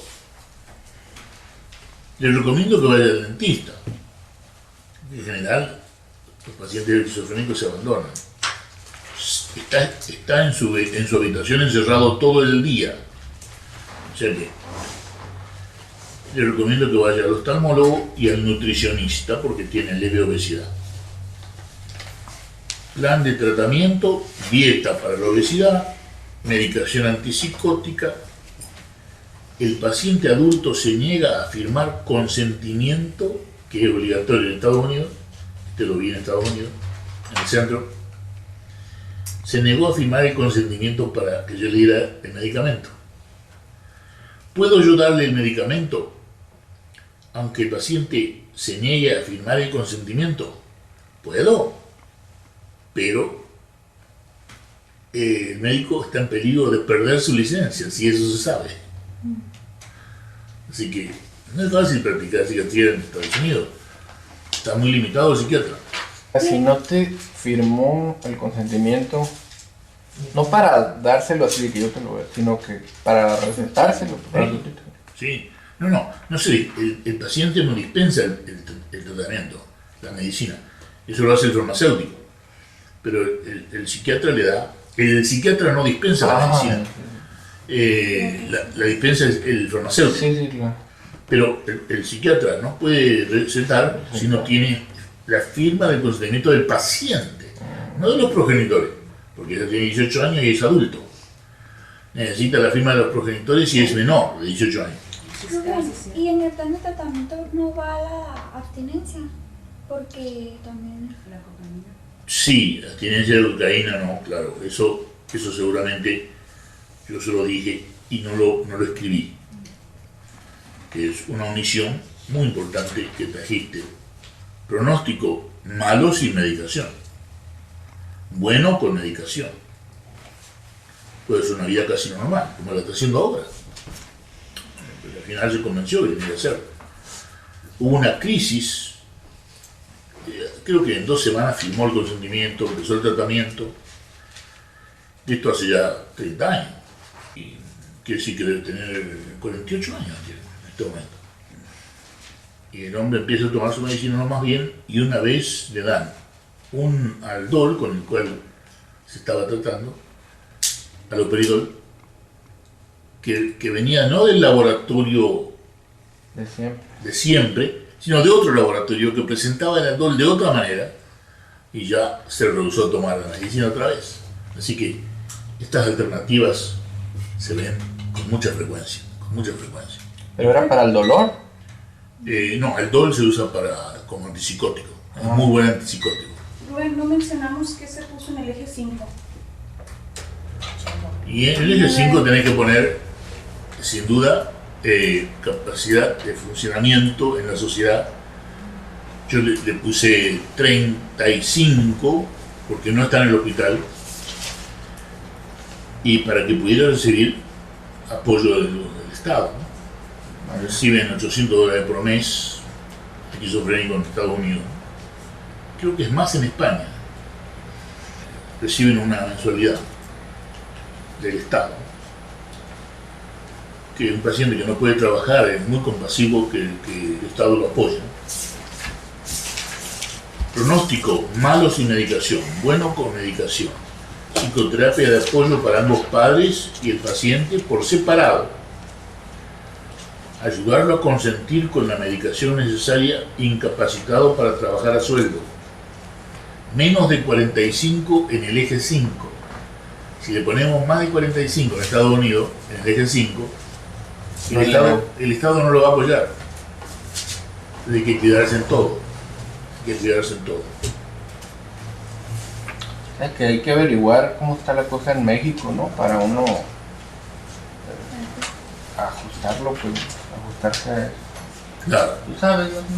las leyes en México lo sé que son diferentes. ¿Alguna pregunta o comentario de la Argentina? Si hay una pregunta, dice Horacio. Venga. Adelante, Horacio. Hola Rubén. Yo quería preguntarte acerca de la evaluación del paciente.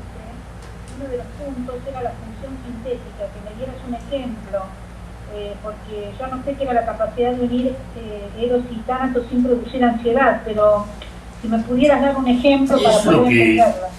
Es lo que tiene una persona, lo que se llama normal, ¿no? Una persona que no vive con ansiedad, que toma las cosas con liviandad, ¿no? Con humor, ¿no? Una persona que busca la sonrisa de las personas que quiere, es una persona que está utilizando la función sintética integrativa, ¿no? Aunque no esté en percepción unitaria, pero son esas personas que son calmas, que tienen una buena función sintética integrativa, aunque no vivan en percepción unitaria. Te estoy contestando, Marta. Sí, muchas gracias. Sí. Sí, aquí alguna pregunta o comentario. Recuerden que estos son los datos de un paciente para que ustedes vean cómo funciona el esquema que está al principio. Al principio está el esquema, el esqueleto que se llena con esta carga, ¿no? Que son los datos de cada persona. Y es bueno que lo utilicen el esqueleto con cada paciente que ven al principio, para que no se les pierda nada. Después, con la práctica, ya no van a necesitar el esquema, ya lo van a ver incorporado. Y bueno, esto es la evaluación del paciente inicial, que en realidad se repite cada vez que uno ve al paciente. Y yo siempre cuento lo que me pasó a mí como residente de psiquiatría en la Universidad de Pittsburgh, que tuve un muy buen equipo de supervisores, entre ellos el doctor Oshino, ¿no?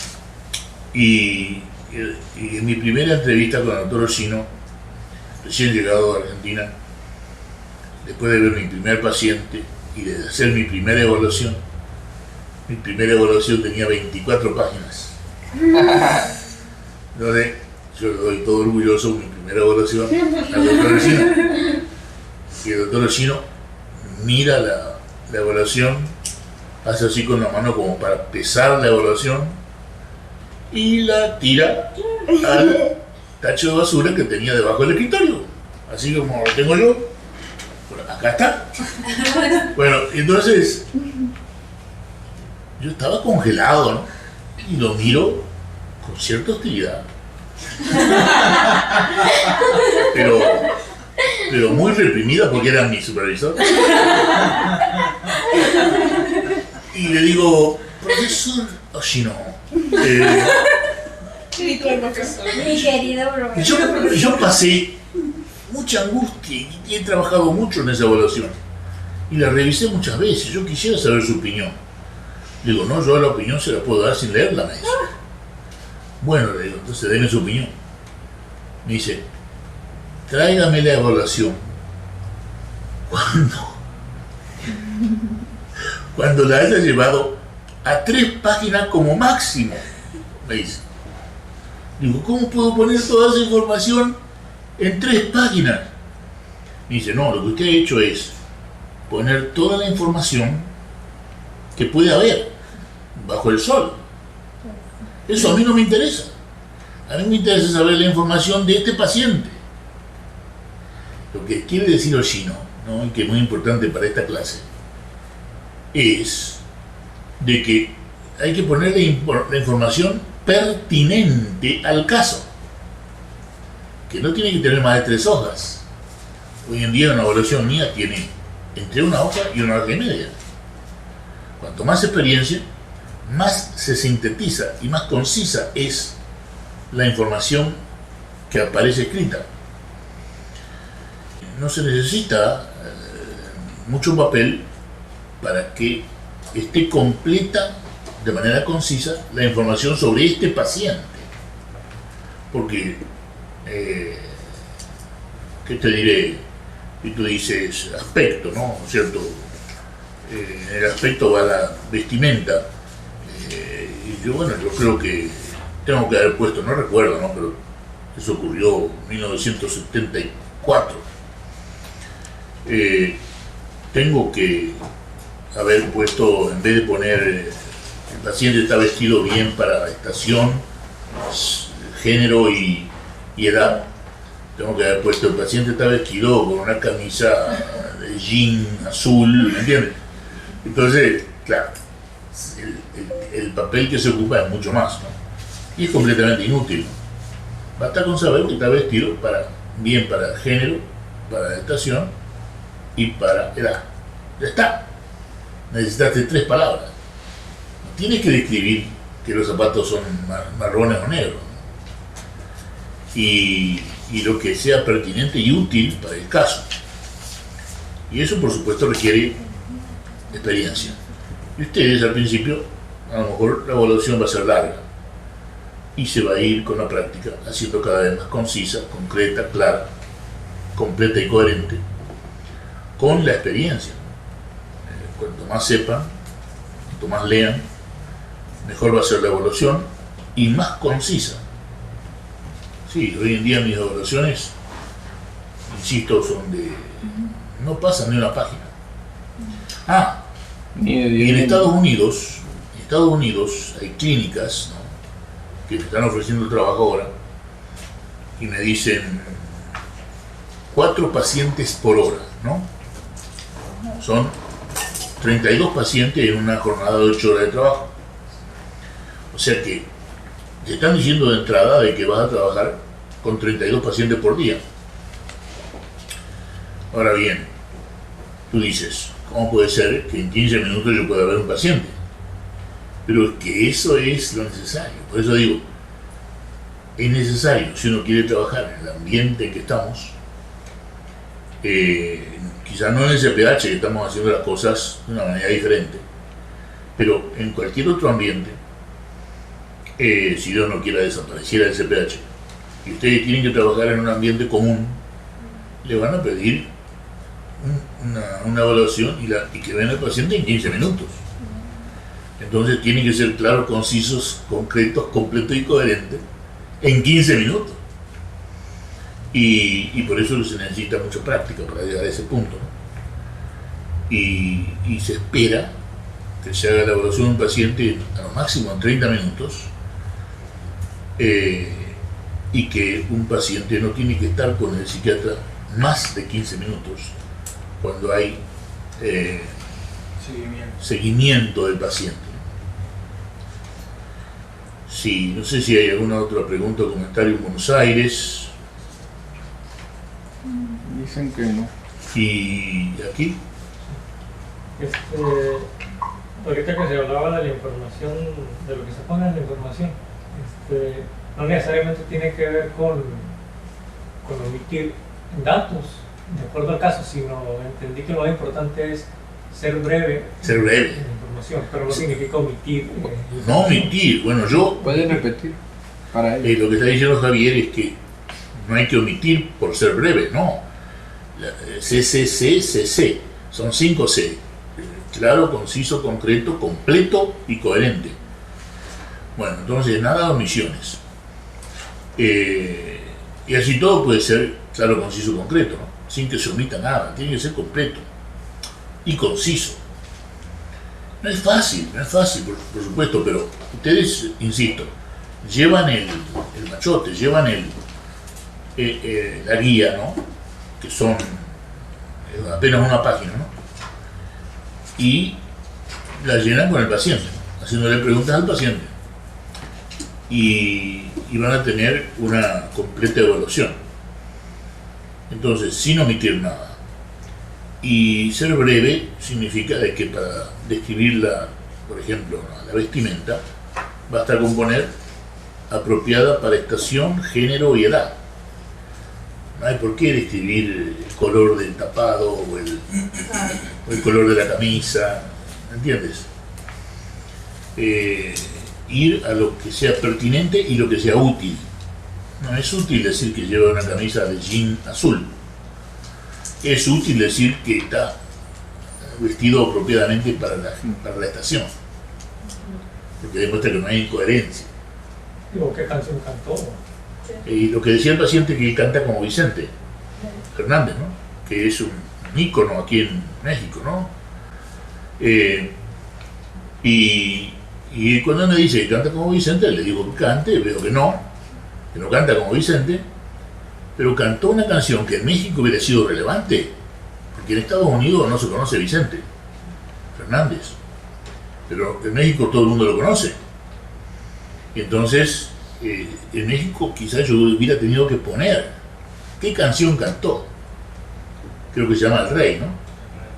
Y es muy importante de que no tengo trono ni reina ni nadie que me comprenda, pero sigo siendo el rey, de que hay una disociación acá también entre el concepto que tengo de mí y la manera en que me presento. No tengo nada. Un pobre concepto de mí. No tengo trono ni reina ni nadie que me comprenda, pero sigo siendo el rey. O sea, la grandiosidad se sigue manifestando. Y es muy pertinente para un paciente como este, que es esquizofrénico. Rubén, puede también ser incoherente que diga que tiene dinero, que es rico y viene vestido pues como una persona pobre. Ahí a lo Claro. mejor sí cabría decir que... Pero cuidado, porque se puede decir que hay una incoherencia, ¿no? Pero que puede ser por protección. Por ejemplo, una persona bipolar, ¿no? Que es ejecutivo de Purina, ejecutivo de una gran empresa, pero viene pobremente vestido porque se está protegiendo del secuestrador, se está protegiendo de que la señora le pida mucho dinero. Que no le da. Exactamente. Entonces, ¿qué significa cada cosa? Depende de cada caso, aunque haya incoherencia, ¿no? Pero en el esquizofrénico se ve incoherencia en todos lados, incluso en estar sentado tranquilamente entre sus dos padres, a quienes los acusa de las cosas más terribles, ¿no? Mi mamá me envenena la comida, pero acá estoy yo sentado cómodamente al lado de ella, ¿no? Sí. ¿Alguna otra pregunta o comentario? La religión también es importante, ¿no? Preguntarle. Yo no dejo, acá no puse la religión porque asumí siempre que eran católicos, pero en Estados Unidos conviene, por ejemplo, un afroamericano, ¿no? Se sienta, una de las primeras preguntas mías es ¿qué religión tiene usted? ¿No? Es probable que te diga Islam. Hay muchos afroamericanos que se pasaron al Islam, porque se consideraron maltratados por los cristianos, esclavizados por los cristianos, y ahora son del Islam. Y, por ejemplo, un oriental, hay mucha gente de Vietnam, ¿no? En esta zona y en Los Ángeles, ¿no? Los que se pudieron venir de Vietnam, ¿no? ¿Qué religión tiene usted? ¿Shinto? quiere decir que están cerca de Japón. Buda quiere decir que están cerca de India.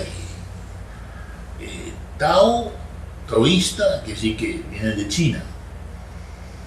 Ahora, ¿qué más quiere decir? Nada, porque no hay ninguna práctica religiosa hoy en día. En general, la religión no se practica, ni se toma en serio. Pero es bueno preguntarlo porque ya te da una idea del origen de esa familia, de con qué está conectada la familia, un poco. Te puede dar opinión, qué clase de valores. Por ejemplo, el Shinto tiene el valor fundamental el honor, ¿no? Y si pasa vergüenza te tiene que suicidar, ¿no? El harakiri. Es, por ejemplo, uno de los aspectos del Shinto, ¿no? El honor antes que nada. Un cristiano se supone que el amor antes que nada. Aunque hay países cristianos que invaden otros países.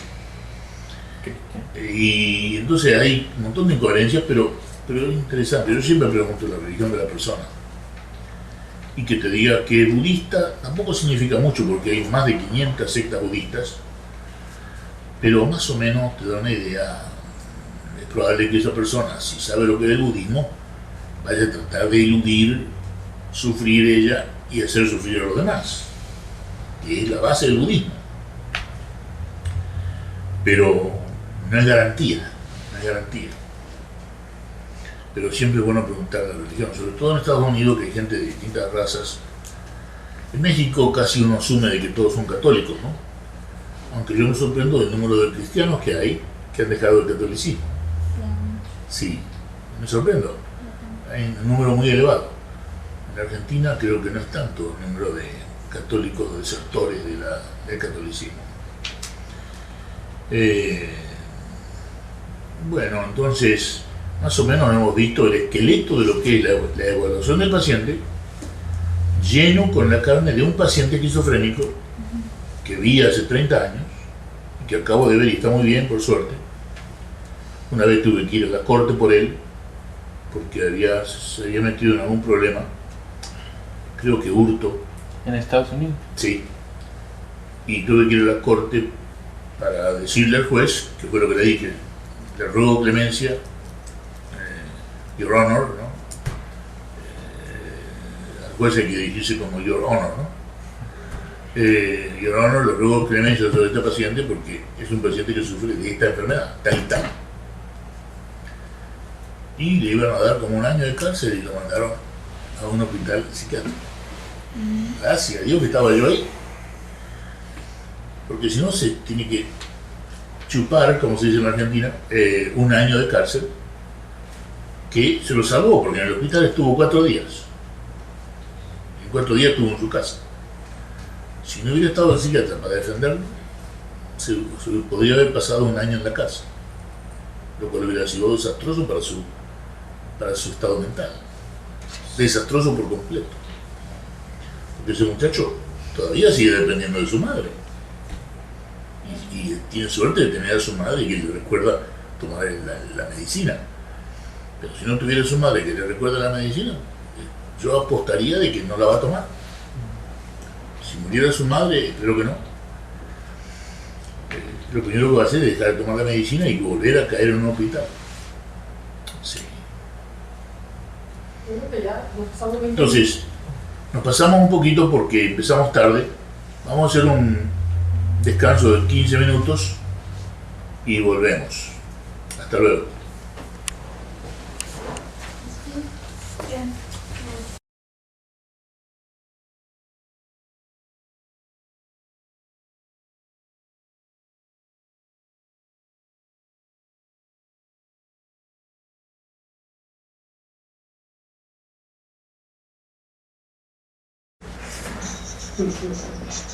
Ok. El lenguaje coherente de la psicología holokinética en el planeta del 2003. Resumen de la nueva psicología y de la situación del planeta, agosto 2003, por Roberto González. Interlocutor. Usted habla de estar en el presente, de vivir el presente y de conocerse a uno mismo. Rubén González. Por la manera en que usted se expresa, está claro que no ha leído nada sobre percepción unitaria, escrito por este servidor suyo. Si usted me lo permite, podemos ir puliendo el lenguaje durante nuestro diálogo. Interlocutor: claro, con todo gusto y al tiro. Rubén Fernández González: hay varias maneras de estar en el presente: en percepción unitaria, en percepción fragmentaria o en el deleite de lo sagrado, aunque esto último sea muy poco frecuente. Uno mismo es el camino, la verdad y la vida verdadera, pero eso hay que descubrirlo por uno mismo. Nadie puede hacerlo por usted. Interlocutor: hay que matar al yo y terminar con el pensamiento. Rubén: digamos, en lugar de eso, que no significa nada real, que hay que ir viendo cómo se manifiesta el yo a cada instante, en forma de miedo, rabia, tristeza, celos, envidia, culpa y deseos. Si vemos estas manifestaciones en percepción unitaria, estas no tienen duración. No podemos terminar con el pensamiento, pero sí podemos verlo cuando emerge a la conciencia como ideas, imágenes, recuerdos, planes. Verlo en percepción unitaria. Interlocutor: digamos entonces que hay que salir de la memoria mientras siento mi respiración. Rubén: si usted no piensa en la respiración, usted respira bien. Pensando en la respiración puede crear una alcalosis. Cuando estamos en percepción unitaria, vemos que la memoria es muy incoherente, como lo es el pensamiento y el yo. Si vemos cómo funciona la memoria, ya no nos atrapa tanto a cada momento. Interlocutor: un campesino de Coyhaique puede estar en percepción unitaria sin haberla estudiado y sin darse cuenta. Rubén: asumimos que los niños, los campesinos, los guardabosques y los gatos están en percepción unitaria, pero no alcanzo a comprender cómo alguien puede hacer esa afirmación de manera honesta. La percepción unitaria es percibir todo lo perceptible al mismo tiempo, ya mismo, sin palabra pensada o hablada. Solo usted mismo sabe si está o no en percepción unitaria, y yo no puedo estar en percepción unitaria por usted. Interlocutor: tenemos que hacer que el ámbito C de la mente se haga consciente. Rubén: el 99% del ámbito C de la mente es inconsciente. Primero, porque no queremos ver. Segundo, porque no vemos bien. Y tercero, porque teniendo oídos no oímos. Interlocutor: hay que trazarse metas como vivir en percepción unitaria y vivir conscientemente. Rubén: la percepción unitaria ocurre solamente en el ya mismo. Por eso no puede ser una meta. Vivir conscientemente puede hacerse, como ya dije, en percepción unitaria o en percepción fragmentaria. Interlocutor: pero hay que tener un control mental consciente del yo para poder negarlo. Rubén: bastaría con un poco de suerte ver las manifestaciones del yo, como la tristeza, por ejemplo. Si negáramos la tristeza sin verla en percepción unitaria, como lo hacen los que escuchan esa musiquita que se produce para despertar a los muertos, esta se haría inconsciente. La tristeza inconsciente hace que nuestra vida sea emocionalmente miserable. Dicho sea de paso, esto es algo muy frecuente en aquellos que no viven en percepción unitaria, que es como decir todo el mundo. Interlocutor. Usted dice que en percepción unitaria logramos que el tiempo se haga irrelevante. Rubén. Para decir tal cosa, tendría que haber estado intoxicado con alcohol, cosa que no ha ocurrido. Usted ha dicho un pleonasmo incoherente. Digamos, en cambio, que en el presente vivido en percepción unitaria, el tiempo es irrelevante, sin que hagamos esfuerzo alguno, como no hemos hecho ningún esfuerzo para que ya sean las 5 de la tarde. No hemos logrado que ya sean las 5 de la tarde. En la completa atención pacífica de la percepción unitaria, no se busca nada. Si usted quiere estar aquí completamente, no tiene nada que buscar. No hemos buscado nada para que ya sean las 5 de la tarde y podemos estar atentos, sin esfuerzo, al flujo de la vida ya mismo. Interlocutor. En percepción unitaria, el oído percibe la luz y el peso del cuerpo al mismo tiempo. Rubén. Bueno, ahora hemos caído en el pensamiento mágico de Harry Potter, como lo haría una bruja londinense. Pero en realidad, en percepción unitaria, se percibe el sonido, la luz y la gravitación al mismo tiempo. Pero el oído percibe solamente sonido. No caigamos en la fantasía imaginativa de la antigua metafísica. Interlocutor. ¿Cómo cree usted que pensaban Jesucristo o Jiddu Krishnamurti? Rubén. Creo que pensaban solamente cuando el pensamiento racional era necesario y que pasaban el resto de su vida en la mente silenciosa, en percepción unitaria, invitando así a lo sagrado. Es lo que yo intento hacer constantemente. Interlocutor. ¿Cree usted que estamos en el fin de los tiempos? Rubén. El tiempo termina ya mismo, cuando estamos viviendo verdaderamente en percepción unitaria, en gran paz. Entonces termina la guerra psicológica interna, que es la que da lugar a la invención de enemigos y a la guerra externa. Interlocutor. Usted le enseña percepción unitaria a sus seres queridos. Rubén. Lo he hecho, a veces en vano, pero estoy en inmensa paz cuando intento vivir en percepción unitaria ya mismo. Sería muy triste que yo fuera el único que vive en percepción unitaria, pero triste no para mí. Interlocutor. En percepción unitaria aumenta el pensamiento positivo. Rubén. Estando en percepción unitaria, uno ve todo lo que se puede ver al mismo tiempo.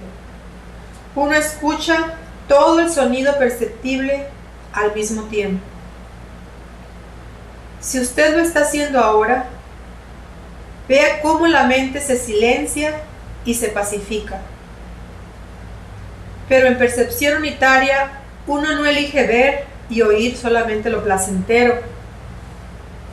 Imagine usted a un diabético que piense positivamente y que se diga a sí mismo: dejaré la insulina que me receta el loco de mi médico y comeré todo el manjar blanco, dulce de leche o cajeta que se me dé la real gana, porque el manjar blanco me hará bien.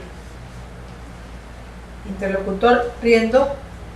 La percepción unitaria sería como una forma de rezar. Rubén.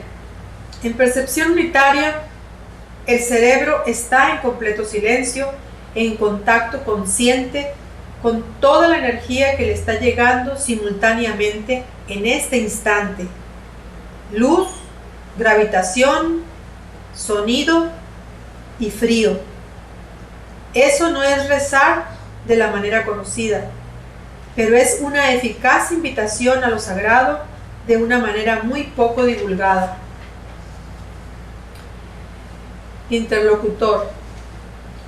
Entonces el universo se percibe como una realidad indivisa.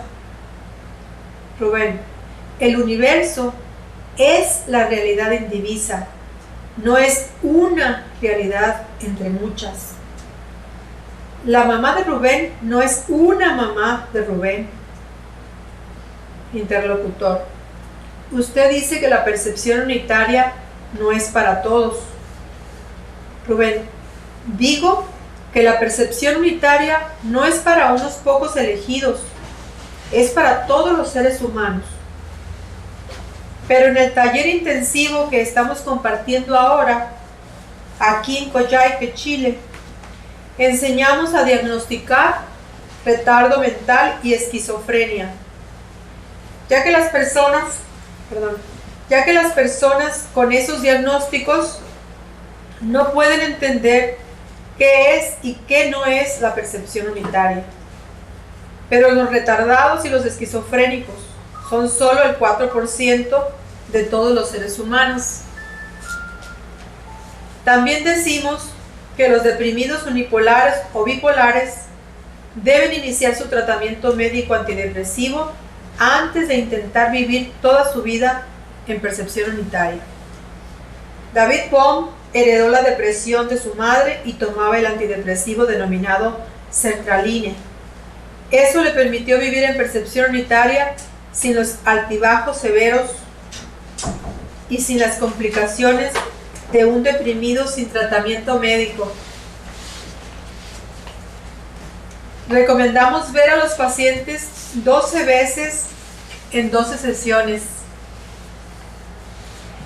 En la primera sesión hay que preguntar si existen ideas suicidas u homicidas. Si el paciente toma medicamentos prescriptos o drogas callejeras de moda, preguntar si hay síntomas de depresión, bipolaridad y esquizofrenia. Si hay otros problemas de salud, incapacitación o sufrimiento, luto o duelo. Hay que enseñar la percepción unitaria, lo cual beneficia simultáneamente al terapeuta y al paciente. En la sesión 12, que es la última, recomendamos realizar un contrato para revisar el caso después de 6 meses, pidiéndole que viva diariamente en percepción unitaria hasta la muerte. Interlocutor, ¿puede usted resumir la psicología holoquinética?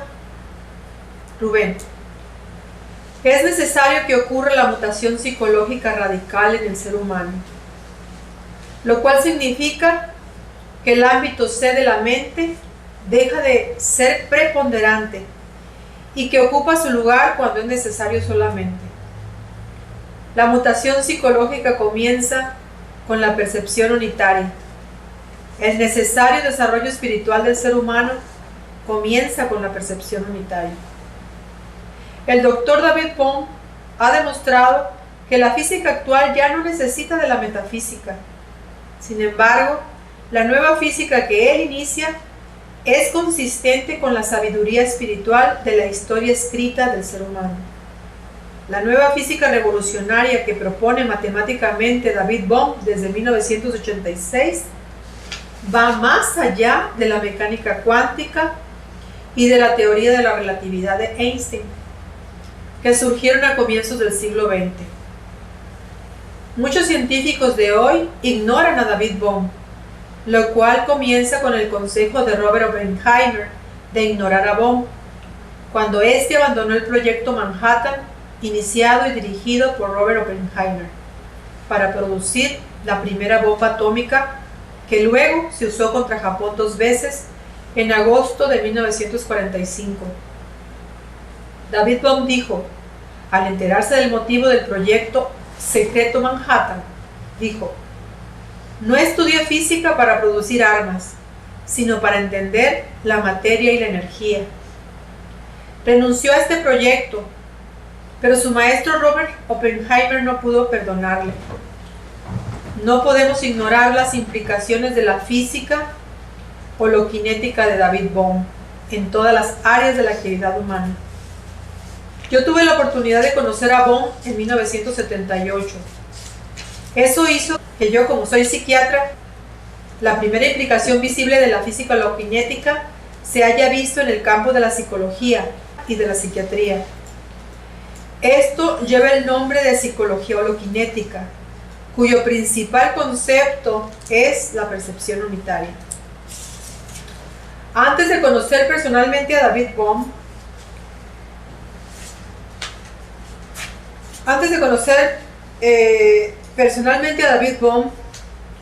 yo hablaba de psicología nuclear y de conciencia triangular, la percepción que abarca a lo perceptible y al perceptor al mismo tiempo. Por eso el nombre de conciencia triangular. He hablado con profesores de psicología y psiquiatría en todo el planeta. Son muy pocos los que comprenden las implicaciones en la psicología de esta revolución en la física. En la formación del psicólogo del siglo XX no figuraba la física. Por primera vez podemos hablar de psicología científica. La revolución de Copérnico pone al Sol en el centro de nuestro sistema planetario. Eso trajo grandes cambios, pero la revolución holoquinética de David Bohm es aún mucho más profunda, porque se refiere a la intimidad de la naturaleza de la materia y la energía. Siendo la mente la interfaz universal entre la materia y la energía, cambia la naturaleza misma de la psicología. La percepción unitaria es el hecho mental más importante. Ese hecho es el que tratamos de describir. No se trata de una nueva teoría, es mucho más que eso. La percepción unitaria no se explica con ninguna psicología del siglo XX. Puede explicarse solamente con la psicología holoquinética. La psicología del siglo XX nos ayuda a comprender lo que ahora llamamos el ámbito C de la mente, pero este es solamente uno de los ámbitos de la mente. El ámbito C es consciente e inconsciente, mayormente inconsciente. Pero no deben confundirse el inconsciente del ámbito C con el orden implícito de la mente, la materia y la energía. Lo que ha ocurrido con psicólogos sobresalientes que han leído mis libros y que han participado en mis talleres intensivos de introducción a la psicología holoquinética es que después de oír la misa de la psicología holoquinética, regresan a la procesión de las modalidades terapéuticas del siglo XX, que es lo que ya conocían. Es difícil oír misa y estar en la procesión al mismo tiempo. Eso significa que no entienden el hecho de la percepción unitaria ni las bases profundas que éste tiene en la ciencia: física, química, neurología, genética, sociología, epistemología, etc., que explican su enorme importancia. David Bohm ha traído una profunda revolución en la epistemología de la ciencia, seguida pronto por la revolución en el significado de la psicología. David Bohm no trajo una nueva manera de pensar en la física, trajo una nueva física. Se podría resumir como la física de la realidad universal indivisa que está en movimiento en flujo. Esta física necesita de la nueva psicología, lo cual es el aporte que he realizado gracias a mis contactos con Jiddu Krishnamurti y con David Bohm por más de una década. Tenemos que tener claro el lenguaje de los dos órdenes del universo, implícito y explícito, los tres ámbitos mentales, A, B y C, así como los cuatro aspectos del orden explícito del universo y de la mente: cuántico, energético, molecular y psicosocial. Las psicoterapias conocidas son meramente psicosociales. Hay que intentar sin esfuerzo vivir en el ámbito B de la mente, la percepción unitaria, pero no podemos hacer nada con respecto al ámbito A. La mente no es solamente el producto de la interacción entre el organismo y el ambiente desde el feto hasta la muerte, lo que llamamos el ámbito C. La mente es también parte de la holoquinesis cósmica, ámbito B. En percepción unitaria, el observador es parte de todo lo observable. lo cual significa que mientras escucho todo el sonido al mismo tiempo, voy viendo sin esfuerzo todos los movimientos del pensamiento, incluyendo a ese tardío producto del pensamiento que es el yo, con sus miedos, tristezas, rabias, odios, celos, envidias y deseos. Todo esto ocurre en las dualidades de la contradicción y la paradoja, como lo demuestra la macrohistoria del ser humano. No hablo de la enseñanza de nadie, hablo de la percepción unitaria, que es un hecho mental del ser humano, no es una teoría. La percepción unitaria facilita la iluminación, pero debe ser el fundamento constante de toda la vida diaria y no solo un conocimiento o una fantasía más del intelecto.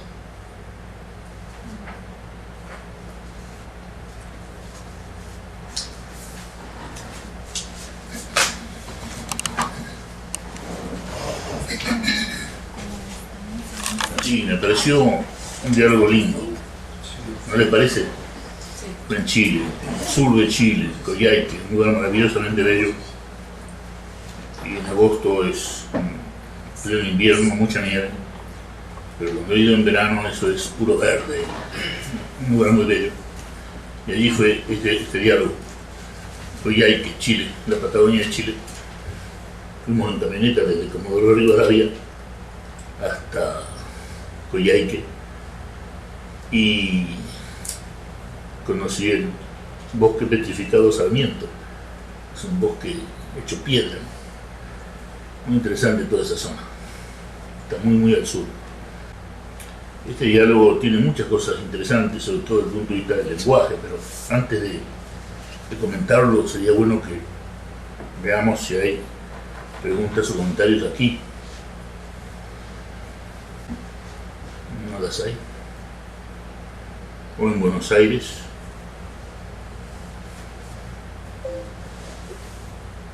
No, dice.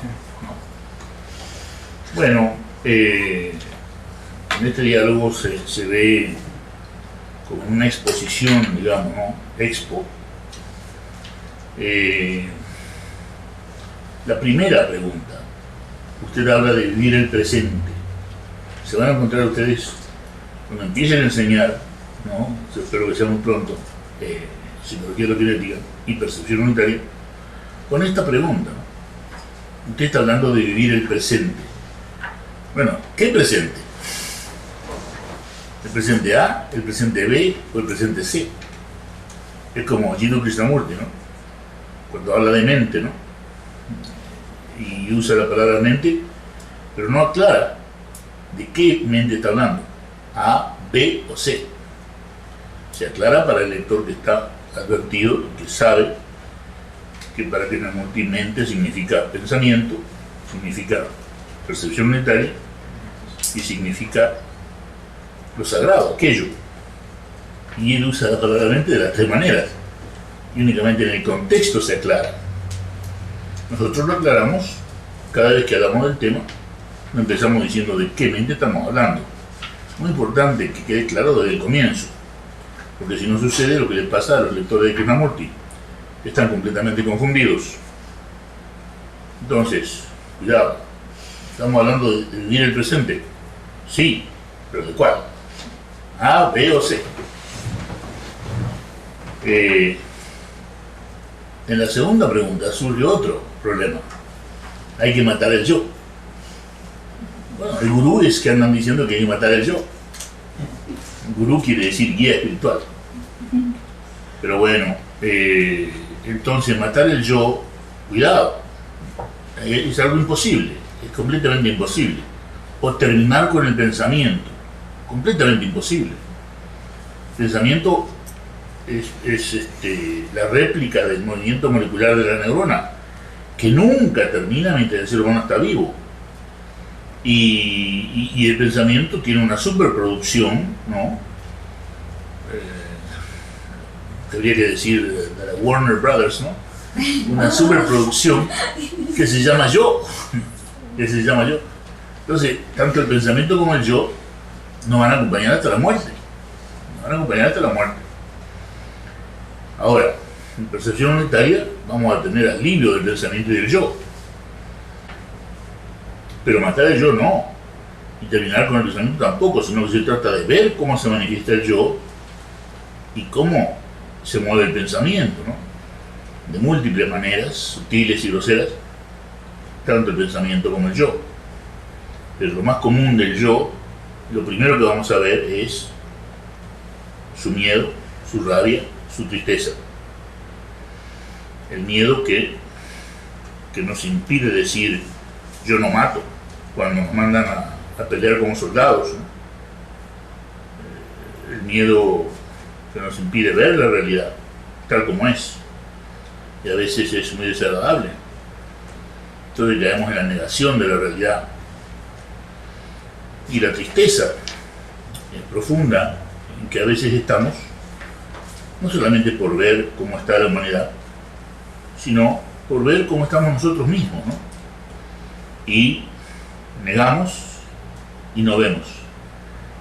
Y no se trata de matar esa tristeza, ni de terminar con la tristeza, sino verla en percepción unitaria, mientras escuchamos todo el sonido. Y no se puede salir de la memoria, como dice acá el interlocutor, sintiendo la respiración. Es lo que dicen los gurús. No se va a salir de la memoria sintiendo la respiración. La respiración forma parte del funcionamiento C del cerebro. Por eso es repetida, por eso son 16 por minuto, y siempre van a ser 16 por minuto, a no ser que haya un problema pulmonar o cerebral. Y entonces es un hecho inconsciente del ámbito C, la respiración. Quiere decir que haciendo técnica de respiración no vamos a salir jamás del ámbito C, cuando la base de la terapia hidrokinética es hacer que el paciente vaya de C a B.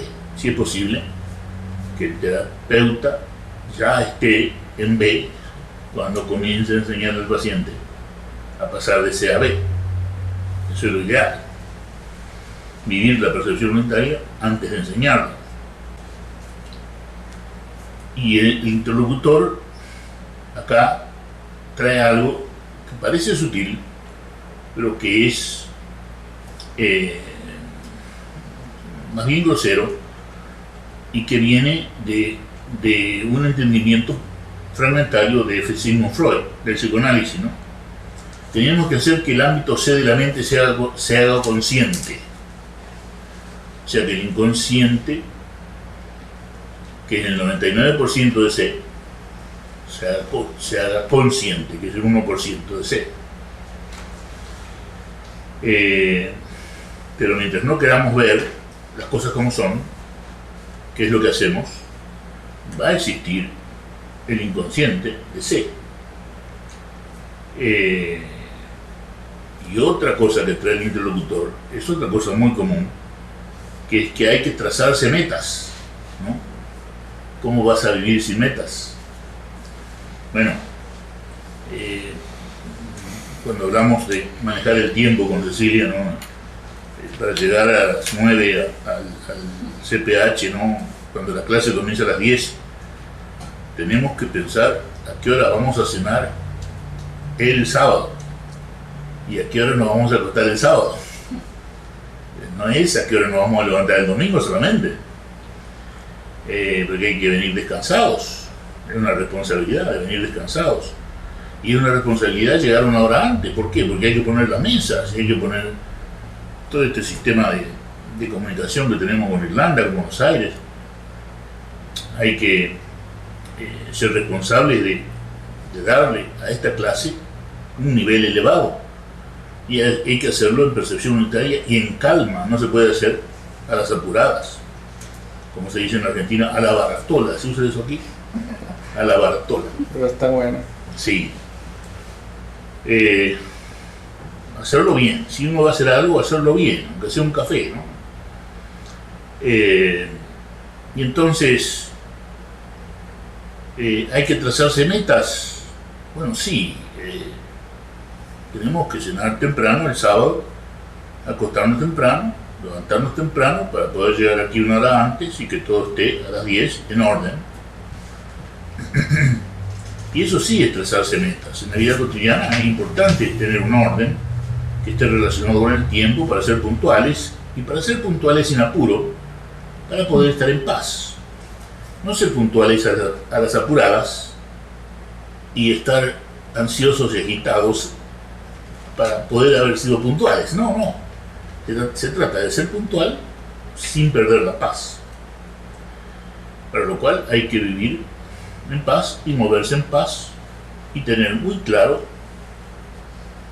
cómo es nuestro tiempo y cómo lo usamos. Todo eso sí, trazarse metas, claro que sí. El uso racional del ámbito C. Pero en el ámbito B no existe la meta, porque es solamente ahora. Sí, ¿a dónde tengo que ir para escuchar? Puedo escuchar en cualquier lado. ¿Y cuánto tiempo necesito para escuchar? Bueno, ninguno, ya. Se puede escuchar ya mismo. ¿Y en qué tengo que pensar para escuchar? En nada más que escuchar. Por eso decimos que la percepción unitaria no es un producto de pensamiento, porque se basa en escuchar y ver y sentir el peso al mismo tiempo. Eso no es un producto de pensamiento, por lo tanto no es una técnica. Por lo tanto no es trazarse metas, como lo hacemos el sábado para llegar temprano a la clase del domingo. No hemos trazado la meta de C para llegar temprano. Pero si estamos en percepción unitaria, podemos trazarnos esa meta en mucha paz, mientras usamos racionalmente el ámbito C, porque B abarca C. Al revés no, pero B abarca C. Otra cosa que dice el interlocutor, que es cada pregunta del interlocutor es un ejemplo de lo que no hay que hacer. Hay que tener control mental consciente del yo para poder negarlo. Bueno, control consciente. ¿De qué? Del yo. Bueno, lo mismo que tener control consciente del unicornio, ¿no? ¿No eres esquizofrénico? No, un muchacho sumamente interesado en todo. Pero está usando el lenguaje que oye en el medio en que se mueve, que es el lenguaje que van a escuchar todos ustedes cuando empiecen a enseñar esto. Este es el lenguaje con el que se van a enfrentar, que es el que se usa en la universidad, en la Facultad de Psicología. Y entonces hay que tener un control mental consciente del yo para poder negarlo. Bueno, negar el yo, no, estamos diciendo verlo cómo se manifiesta. Control mental consciente. Bueno, tal cosa es nada más que una fantasía, una parte de la vida imaginaria. Usted dice que en percepción unitaria logramos que el tiempo se haga irrelevante. Bueno, no logramos que el tiempo es irrelevante. El tiempo es irrelevante y se descubre tal cosa en percepción unitaria. No es que lo logremos. Es como decir que logramos que sea la 1:30 de la tarde, ¿no? No lo hemos logrado. Así ocurrió mientras estábamos en la clase y ahora miro el reloj y es la 1:30, ¿no?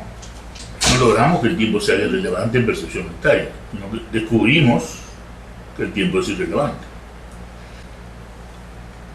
En percepción unitaria, el oído percibe la luz y el peso del cuerpo al mismo tiempo. Cuidado. Pregunta de examen. Creo que 80% se ha equivocado en esto. En el examen final, escrito, 80% de la gente se equivoca en esto. La pregunta es, no sé si te acuerdas de la pregunta, Cecilia. ¿Puede el oído percibir la luz? La pregunta es, ¿puede el oído percibir la luz? 80% contesta sí. Solo en percepción unitaria, Sí, solamente en percepción unitaria. O sea, el oído no puede percibir la luz, ni siquiera en percepción unitaria. O sea, el oído está hecho para percibir para percibir el sonido, y el ojo para percibir la luz. Entonces, el oído no puede percibir ni la luz ni el peso del cuerpo, solamente percibe el sonido. Lo que decimos que al mismo tiempo, en percepción unitaria, se percibe sonido, luz y peso, que son las tres energías que llegan al cerebro posterior: luz, sonido y gravitación. Y entramos en la filosofía o en la especulación cuando pregunta cómo pensaba Jesucristo o Jiddu Krishnamurti. Bueno, yo le respondo que yo creo sensatamente que pensaban cuando pensar era necesario, porque si no es necesario pensar, ¿para qué vamos a pensar?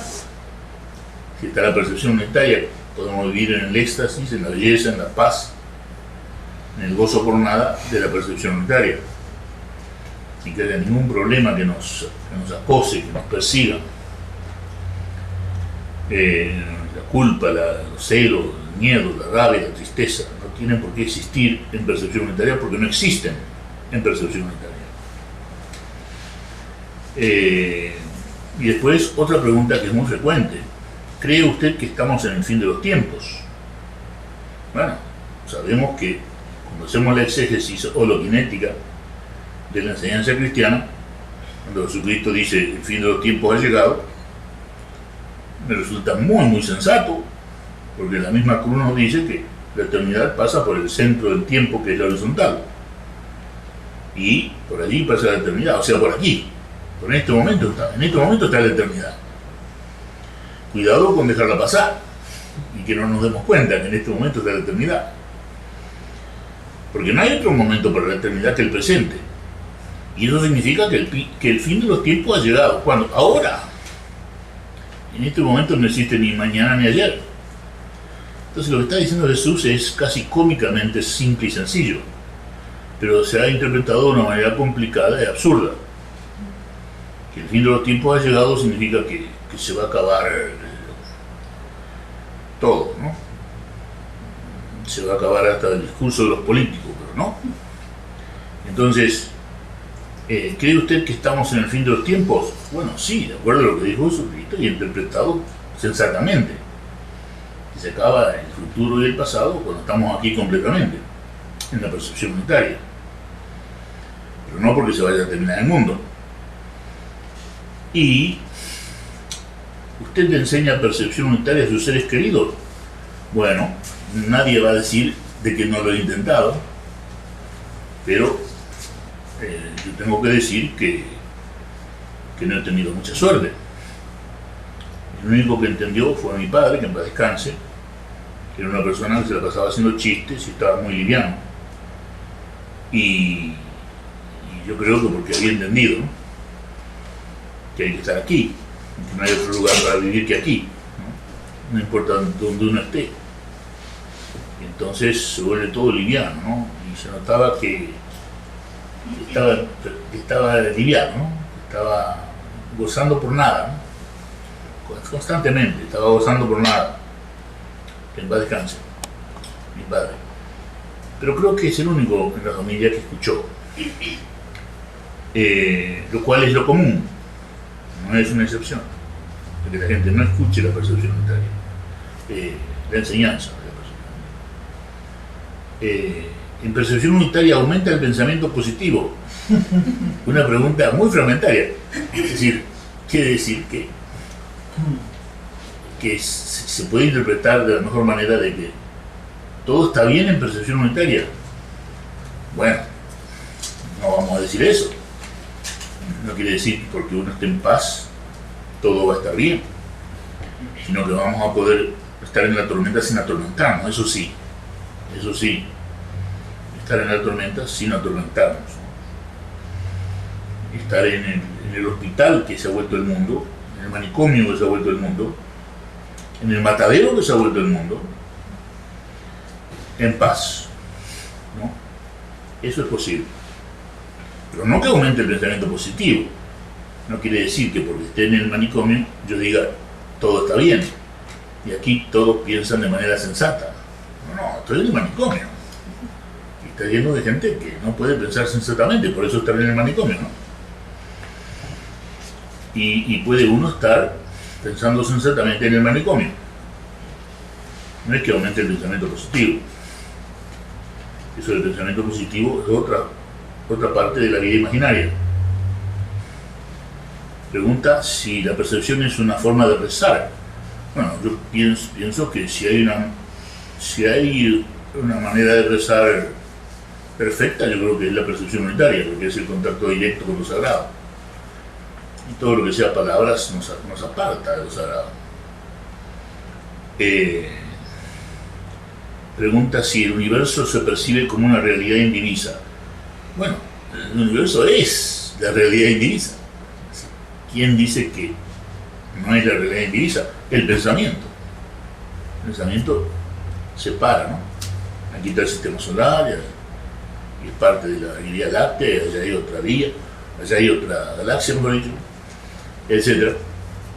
Pero la realidad es indivisa, como lo demuestra el EPR, el teorema de Bell, la loquinesis de Bohm y todo lo que hemos visto, ¿no?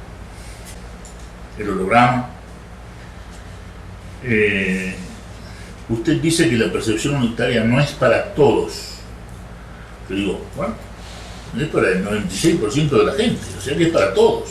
No es para el niño retardado ni para un esquizofrénico, pero es prácticamente para todo el mundo, ¿no? En este sentido no hay privilegios, pero sí hay personas que están enfermas mentalmente que no van a entender lo que es la percepción unitaria. Es un hecho, es la realidad. No caemos en la vida imaginaria cuando hay que ver las cosas como son. Y después me pide un resumen de la psicología holokinética, que bueno, hice lo que pude para que saliera bien. Ustedes se dan cuenta que es una tarea seria, ¿no? Enfrentarse con gente que tiene una confusión muy grande, no solamente de lo que es el mundo, ¿no? Sino de la manera en que nos referimos a la vida humana y a todas las cosas que conocemos. Usamos un lenguaje sumamente fragmentario, sumamente temporal, sumamente hipnótico, esencialmente un lenguaje egocéntrico, ¿no? Por la naturaleza misma del lenguaje. Y eso es lo que tenemos que ir viendo, a lo mejor no subsanando en el sentido de que se cure ese lenguaje y comience otro, pero por lo menos que seamos conscientes de que el lenguaje nuestro tiene todas esas incoherencias, ¿no?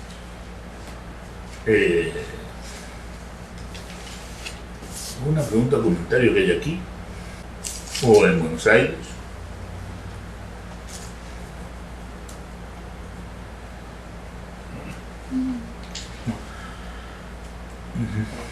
Respecto a los 4 aspectos, cuántico, molecular, psicosocial, ¿qué me puede decir?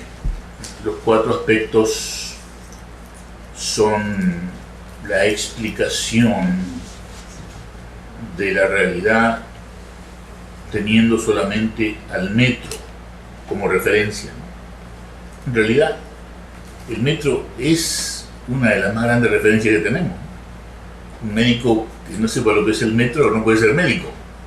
Médico quiere decir el que mide, ¿no? Medidor, ¿no? Médico. Y te da 300 miligramos de aspirina o te da 81 miligramos de aspirina según la necesidad. Pero en toda la realidad, si te dijeran, vamos a explicar todo el universo con el metro, ¿cómo lo hacemos? Bueno, y esa pregunta se responde con los aspectos del universo, ¿no? Tenemos los 3 órdenes, ABC de la mente, los 3, dije órdenes, perdónenme, los 3 ámbitos de la mente, ABC, tenemos los 2 órdenes, implícito y explícito, en el universo, que descubre David Bohm a través del holograma, y tenemos los aspectos, ¿no? Que son la manera de observar la realidad del universo teniendo solamente el metro como referencia, ¿no? Entonces, bueno, esta clase, ¿a qué aspecto del universo se corresponde si usamos el metro? Bueno, estamos en Mexicali, en CPH, que tiene tantos metros cuadrados, y estamos en una de las habitaciones, aulas del CPH, que tiene tantos metros, ¿no? y hay tantas personas, ¿no?, a tantos centímetros de distancia una de otra, y esas personas están en una interrelación psicosocial. Entonces le podemos llamar a este aspecto el aspecto psicosocial. ¿Por qué? Porque se mide en metros, en kilómetros, ¿me entiendes? México tiene tantos kilómetros cuadrados. Entonces tenemos el aspecto psicosocial si usamos como referencia el metro en lo que se refiere a la vida mental del ser humano.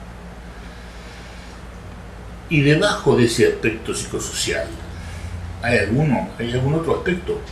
Sí, que se mide con micrones del metro, ¿no?, que es el aspecto molecular, que está en cada una de nuestras células. El núcleo tiene tantos milímetros y bueno, y están los sistemas de los órganos de la célula, ¿no?, que están en el núcleo, que están en los distintos órganos de la célula. Ese es el aspecto molecular. Entonces tenemos el aspecto psicosocial y después, a nivel de micromicrón, el aspecto molecular, que es donde actúa la medicación que beneficia al deprimido o al esquizofrénico.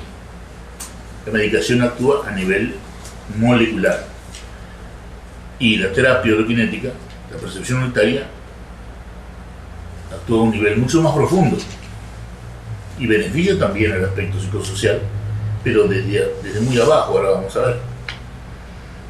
Las psicoterapias conocidas están todas dentro del aspecto psicosocial, o sea que benefician solamente el aspecto psicosocial, no llegan al nivel molecular como lo hace la percepción unitaria, y ahora vamos a ver por qué. Y más abajo del ámbito, del aspecto molecular, hay que tener cuidado con la palabra orden, ámbito y aspecto. Debajo del aspecto molecular, ¿hay otro aspecto? Sí, medido con el metro, todavía más fino, está el aspecto energético. Por ejemplo, la luz, que dentro del aspecto energético es lo más frecuente, es lo que más consciente tenemos, ¿no?, la luz en el aspecto energético, que es energía electromagnética dentro de un espectro que va de 4.000 a 8.000 Armstrongs, que son una millonésima de milímetro, ¿no?, el Armstrong. Entonces, de 4.000 a 8.000 Armstrong tenemos la luz. Más allá de los 8.000 tenemos los rayos infrarrojos, y más allá de los 4.000 tenemos los ultravioletas. Y entonces, eso no los vemos, los ultravioletas y los infrarrojos. También se hace terapia con ellos. Y además de la luz, solamente en la energía electromagnética existen más cosas, sí, ninguna de las cuales es visible. Los rayos gamma no son visibles, tienen una longitud de onda mucho más pequeña que la luz.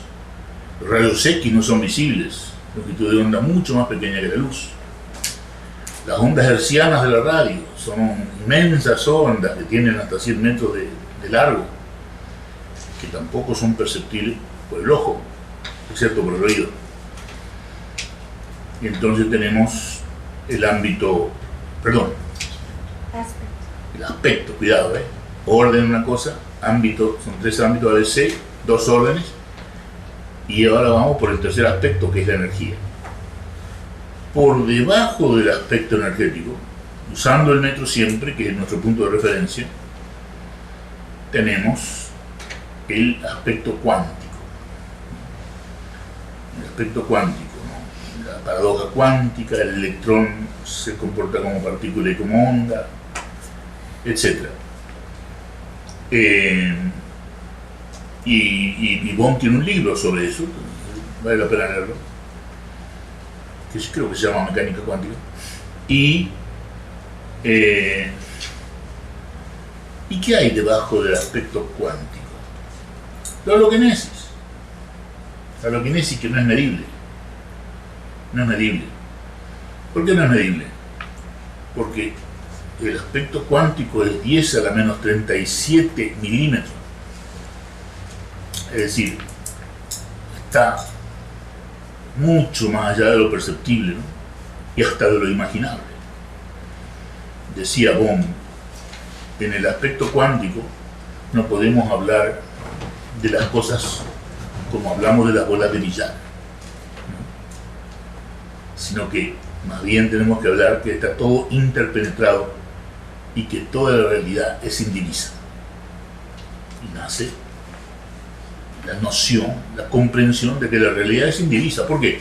Porque hay un aspecto cuántico de la realidad que une todo lo que existe. Y por debajo está la holoquinesis, que es donde actúa la percepción unitaria, desde donde actúa. Y mejora el aspecto cuántico, lo ordena el aspecto energético, ordena el aspecto molecular, como lo hacen los medicamentos. Yo me curé de la artritis gracias a la percepción unitaria. Cecilia ya lleva 2 cánceres. Luis se curó de la alergia de 7 días. Quiere decir que desde el aspecto holoquinético, que es tan sutil que casi no se puede medir, incluso decía Bohm, la palabra sutil no se puede definir, y la palabra simple tampoco.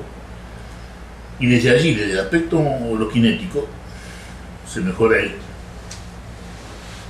el cuántico, el energético, el molecular y el psicosocial.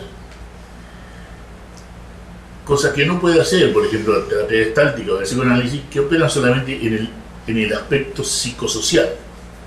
No llegan hasta allá abajo. Allí donde las cosas son muy sutiles y no se pueden imaginar como si fueran bolas de billar, dice David Bohm, sino como un flujo de actividad interpenetrada. Dice que el mismo átomo es una nube, dice Bohm, no es una bola de billar.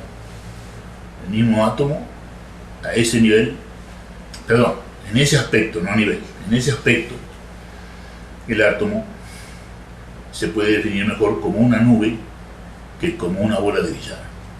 Quiere decir que el átomo de sodio, por ejemplo, se comporta como una nube azul en el cloruro de sodio y como una nube más pequeña, roja, en el nitrato de sodio, etc. Y que no tiene una duración permanente, sino que esa nube va a desaparecer en algún momento, ¿no? En las fluctuaciones del nitrato de sodio y el cloruro de sodio, ¿no? O sea, se comprende lo que quiero decir, aspecto. Siempre al metro como medida y a la realidad que estamos viendo, teniendo al metro como referencia. Eso, de ahí sale la palabra aspecto, pero no hay que, por supuesto, confundir con orden ni con ámbito. Ámbito ABC, orden explícito e implícito, y los aspectos que dependen del metro. ¿Alguna pregunta sobre esto? ¿Se comprende bien en Buenos Aires? ¿Todos comprenden esto bien aquí? Porque se vienen terapias que van a actuar no a nivel molecular, como los antidepresivos, sino que van a actuar a nivel energético, como ya lo hacemos con los rayos infrarrojos y ultravioleta, y terapias que están actuando a nivel cuántico, y terapias holoquinéticas que se van a venir quizá a la mitad del siglo XXI, ¿no? Buenos Aires, ¿hay algún comentario o pregunta? Sí, acá, Georgina. No terminé de entender lo del átomo como una nube que después se disuelve, o de esa parte no entendí. Sí, Bohm nos dice, claro, tenemos a David Bohm, a ver qué es lo que nos dice del átomo. Fíjate cómo describe David Bohm al átomo, ¿no? Lo voy a leer para no traicionarlo. Bueno, me das 5 segundos para hacer. Ahí vamos a cambiar para filmar y continúo, Sí. Vamos a ver la definición de átomo de acuerdo a Bohm, ¿no? Y por qué él habla de átomo como algo que se parece más a una nube que a una bola de billar, relacionado con los aspectos que acabamos de describir. Dice Bohm, el átomo es una nube, estoy traduciendo del inglés, el átomo es una nube pobremente definida, que se comporta como una onda y también se comporta como una partícula al mismo tiempo. Una nube. No podemos pensarlo como si fuera una bola de billar. Y no es independiente. El átomo no es independiente, siempre está en relación con algo. Cloruro de sodio, el sodio está en relación con el cloro. Nitrato de sodio, el sodio está en relación con el nitrato. O con el ácido nítrico, mejor dicho. El sodio está en relación con el ácido nítrico para volverse nitrato de sodio, ¿no? Entonces, el átomo no es independiente. Dimos dos ejemplos, ¿no? Y el átomo no es permanente, porque su función depende del contexto o del ambiente. Una vez que deja de ser cloruro de sodio o nitrato de sodio, ¿a dónde va el átomo de sodio? No tenemos ninguna, digamos, evidencia de a dónde va el átomo de sodio, pero Bohm dice que no es permanente y que es probable que en otro contexto, en otro ambiente, desaparezca. Y no es separado de su ambiente, depende de su contexto. O sea que con el cloro hace cloruro de sodio, el cloro se comporta como ácido, es un átomo que se comporta como ácido, es un anión, y el sodio es un catión, y de la misma manera el ácido nítrico es un anión y el sodio es un catión y hacen una sal. Pero quiere decir que ninguno de los dos, aniones y cationes, son independientes, o sea, son dependientes de su contexto. No sé si se aclara, por lo menos como lo define Bohm, al átomo como una nube, ¿no? Que no hay que verlo como, no hay que pensarlo como una bola de billar, sino más bien como una nube, ¿no? ¿Está respondido, Georgina? Sí, perfecto. Acá estamos hablando del aspecto medible, o sea que la haloquinesis es desde el aspecto medible. Claro, es decir, la haloquinesis no se puede medir, pero no se puede medir, lo cual no quiere decir que no sea un hecho científico.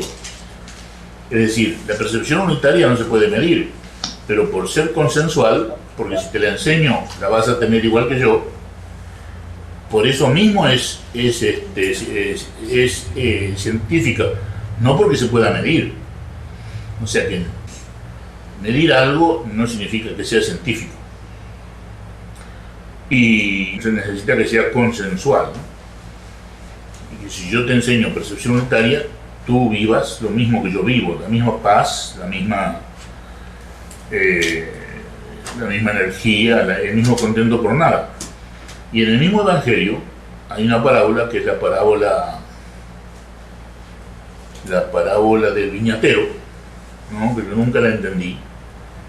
El viñatero le da trabajo a la gente a mediodía para que cosechen las uvas, y a las 3 de la tarde le da trabajo a otros obreros, y a las 5 de la tarde le da trabajo a otros diferentes obreros, y cuando llegan a las 6 de la tarde, cayendo el sol, los reúne a todos y les paga a todos lo mismo. Entonces los que llegaron a mediodía, ¿no?, y trabajaron 6 horas, se quejan. Usted está pagando, los que trabajaron 1 hora, lo mismo que a mí que trabajé 6 horas. Yo decía, qué injusticia la del viñatero, ¿no? Y qué increíble que esté en un libro sagrado como el Evangelio.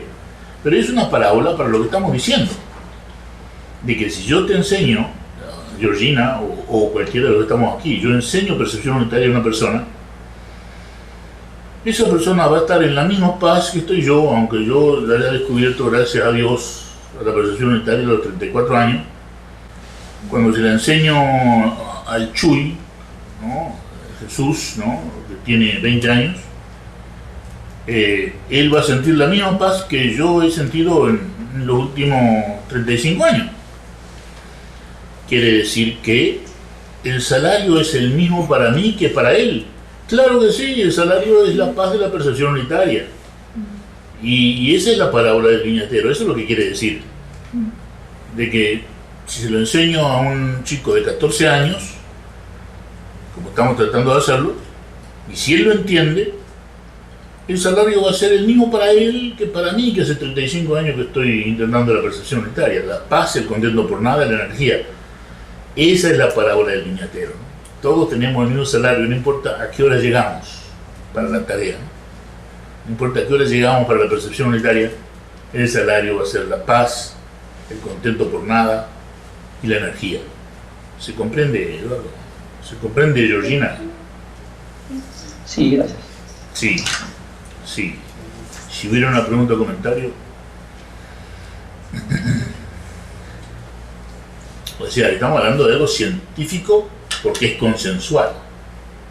Porque la paz que tiene la persona que está en percepción unitaria se puede transmitir en cualquier momento, y esa persona va a vivir lo mismo que está viviendo esta otra persona, que a lo mejor vivió años en percepción unitaria. Por eso es que decimos, no hay jerarquía. Las jerarquías son una enorme corrupción, sobre todo en el ámbito espiritual. Que los 33 grados, que los cardenales, que los papas, que los lamas, todo eso son una desgraciada corrupción de la vida espiritual. En la vida espiritual no existe jerarquía, lo que existe es lo que decía Jesucristo. En la vida espiritual existe la comunión, que no tiene nada que ver con la jerarquía. Existe la fraternidad en comunión, que no tiene nada que ver con la jerarquía. La jerarquía es una deformación basada en el deseo de poder y de manipular a la gente, pero no tiene nada que ver con la vida espiritual. Y a cada paso en el Evangelio lo vemos, como lo vemos en la parábola del viñatero, que está muy claro, y como lo vemos a cada paso en el Evangelio, que se habla de comunión y no se habla de jerarquía. Sí.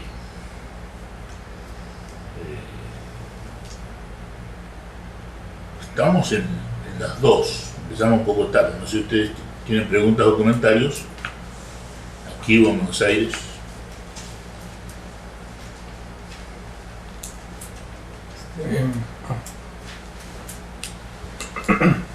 Entonces se puede decir los 4 aspectos del orden explícito, ¿sería correcto? Explícito. Psicosocial. 4 aspectos del orden explícito. Precisamente porque es medible. En el orden implícito no hay medida. En el orden implícito existe la energía única, ¿se acuerdan del movimiento del brazo? Cuanto menos extensión tiene el movimiento, mayor es la energía. Cuanto menos distancia hay en el movimiento, mayor energía. Y cuando el movimiento es de aquí hasta aquí, ahí está toda la energía.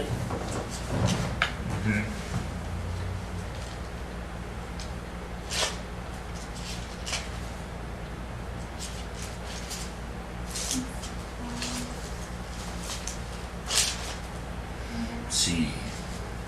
¿Algo más, Javier? No, nada más tenía yo la idea de que se usaban 5 aspectos. Ahorita están los 4, pero Alguien hizo un esquema, ¿no? A donde se introdujo la mente como aspecto. Pero ¿cuál es el error? El error es que el universo está formado por mente, materia y energía, y que la mente, la materia y la energía tienen orden explícito e implícito. Quiere decir que no se puede poner a la mente como aspecto, sino que existen los mismos aspectos en el orden explícito en cualquiera de los 3 componentes del universo, que son la materia, la mente y la energía. La mente no es un aspecto, sino que es una de las 3 partes del universo. Y en el orden explícito de la materia, mente y energía, también hay un orden implícito en todo el universo de la materia, mente y energía. Pero en el orden explícito de la mente están los aspectos, igual que en la materia, igual que en la energía.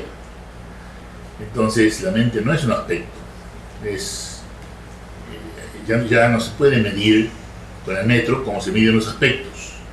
Pero anda por ahí un esquema que hay que corregir y que hay que quitarle a la mente como aspecto. Sí. No lo psicosocial, sino la mente.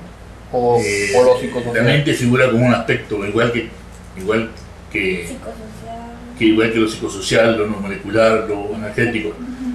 Y la mente no es un aspecto, ¿no? Que no sé si vieron los de Argentina, que La pregunta que lo kinético no es un aspecto del orden explícito.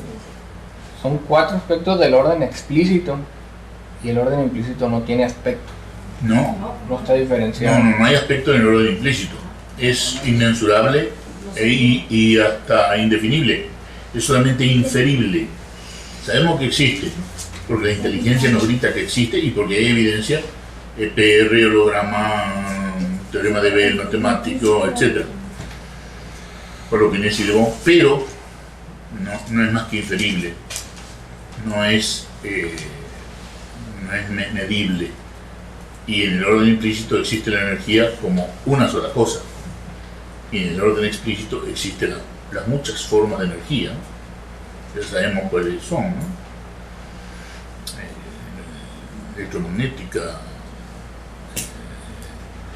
gravitación, fuerza nuclear, fuerza débil, sonido, etcétera, etcétera, etcétera.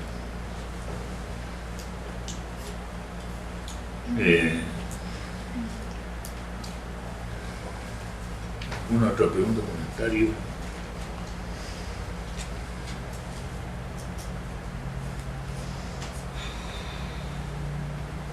¿Y por qué, insisto, por qué hablamos de aspectos? ¿Para qué tenemos que relacionar el metro con la realidad? Por las terapias que se vienen, ¿no? Y que ya están existiendo. La terapia holokinética, la psicoterapia holokinética, es una nueva terapia que actúa en el aspecto más sutil. Por eso beneficia todos los aspectos: cuántico, energético, molecular y psicosocial. Y yo creo que por eso yo me curé de la artritis. Yo creo que por eso Cecilia está viva después de 2 cánceres. Y hay muchos casos más, por supuesto. Entonces existen muchos ejemplos de cómo las nuevas terapias pueden funcionar y cuántas terapias van a aparecer además de la psicoterapia holokinética en el futuro. Muchas. En psicología ninguna otra, supongo. En psicología ninguna otra, claro. Pero te imaginas en medicina que se aplique a nivel cuántico, ¿no? Algo. ¿Cómo puede beneficiar todos los aspectos? O que surja alguna tecnología en la cual, como decía Bohm, podamos enchufarnos, ¿no? En el orden implícito. Entonces no solamente podremos ir a las estrellas, porque es energía inagotable, sino que ¿cómo se podría aplicar en medicina? No tenemos la más pequeña idea. Cuando yo le preguntaba a Bohm estas preguntas, él me contestaba: no tenemos la más pequeña idea, como una persona honesta que era, ¿no? En realidad estamos ante lo inimaginable. O sea, una humanidad que, si sobrevive y toma en serio la percepción unitaria, se va a encontrar con una forma de vida deliciosa. ¿Tienen una pregunta en Argentina? Sí, adelante. No, que me confundí un poco. Los aspectos del orden explícito es el psicosocial, molecular, energético, cuántico. Sí. Y la holokinesis no es medible, sino que es inferible y es del orden implícito. No es el quinto aspecto. La holokinesis, no te olvides de su definición. Es el movimiento que hay de aquí hasta aquí entre el orden implícito y el orden explícito de toda la materia, la mente y la energía del universo. O sea que existe en todo el universo, y aquí mismo, y en tu cuerpo y en el mío, la holokinesis, ¿no? Insisto, movimiento de aquí hasta aquí entre 2 órdenes de todo lo que hay en el universo, materia, mente y energía. Entonces, no sé si se te aclara así, Georgina. Sí, entonces tiene su aspecto explícito y su aspecto y está implícito. El orden, no aspecto. Sí, el orden implícito. El orden, la holokinesis se mueve, digamos así, o no se mueve, como quieras decirlo, en realidad se mueve, porque es una forma de movimiento. Es la paradoja del movimiento, que es el movimiento, decía Bohm, de aquí hasta aquí, entre los dos órdenes, explícito e implícito, ¿no? Y volvemos a repetir de que la palabra entre es una palabra que viene de nuestra concepción de la distancia y el espacio y el tiempo anterior a Bohm, ¿no? Pero entre, es medio difícil de entender entre, cuando hablamos de un orden explícito que ocupa el mismo lugar que el orden implícito. Entonces, los dos órdenes ocupan el mismo lugar, por lo tanto eso de entre es un defecto idiomático que heredamos de la percepción fragmentaria anterior a Bohm. ¿Me seguís, Georgina? Sí. Sí. Mientras veamos todas estas cosas no hay problema. El problema es que nos pasan desapercibidas y se transforman en hipnosis, y esto queda nada más que en el ámbito C.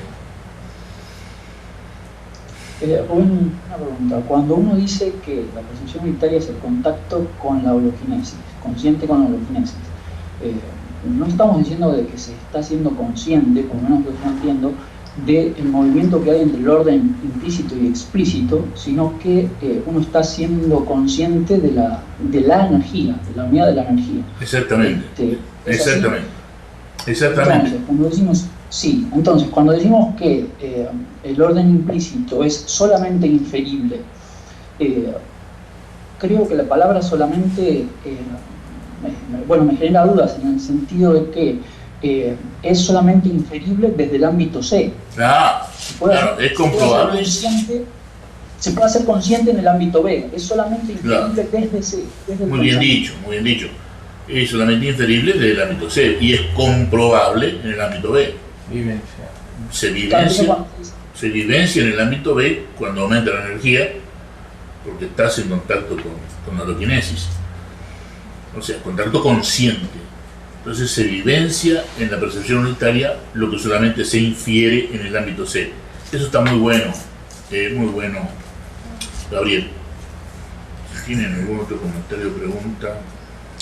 No sé si después se vaya a hablar de la holonomía. ¿O sí? Bueno, no creo que valga mucho la pena, porque son cosas en las que entró Pribram por las preguntas que le hacían. Pero con lo que nosotros sabemos del holograma es suficiente para la psicología holoquinética. Pero hay una pregunta oral que es la holonomía. ¿Perdón? Hay una pregunta del examen oral que es la holonomía.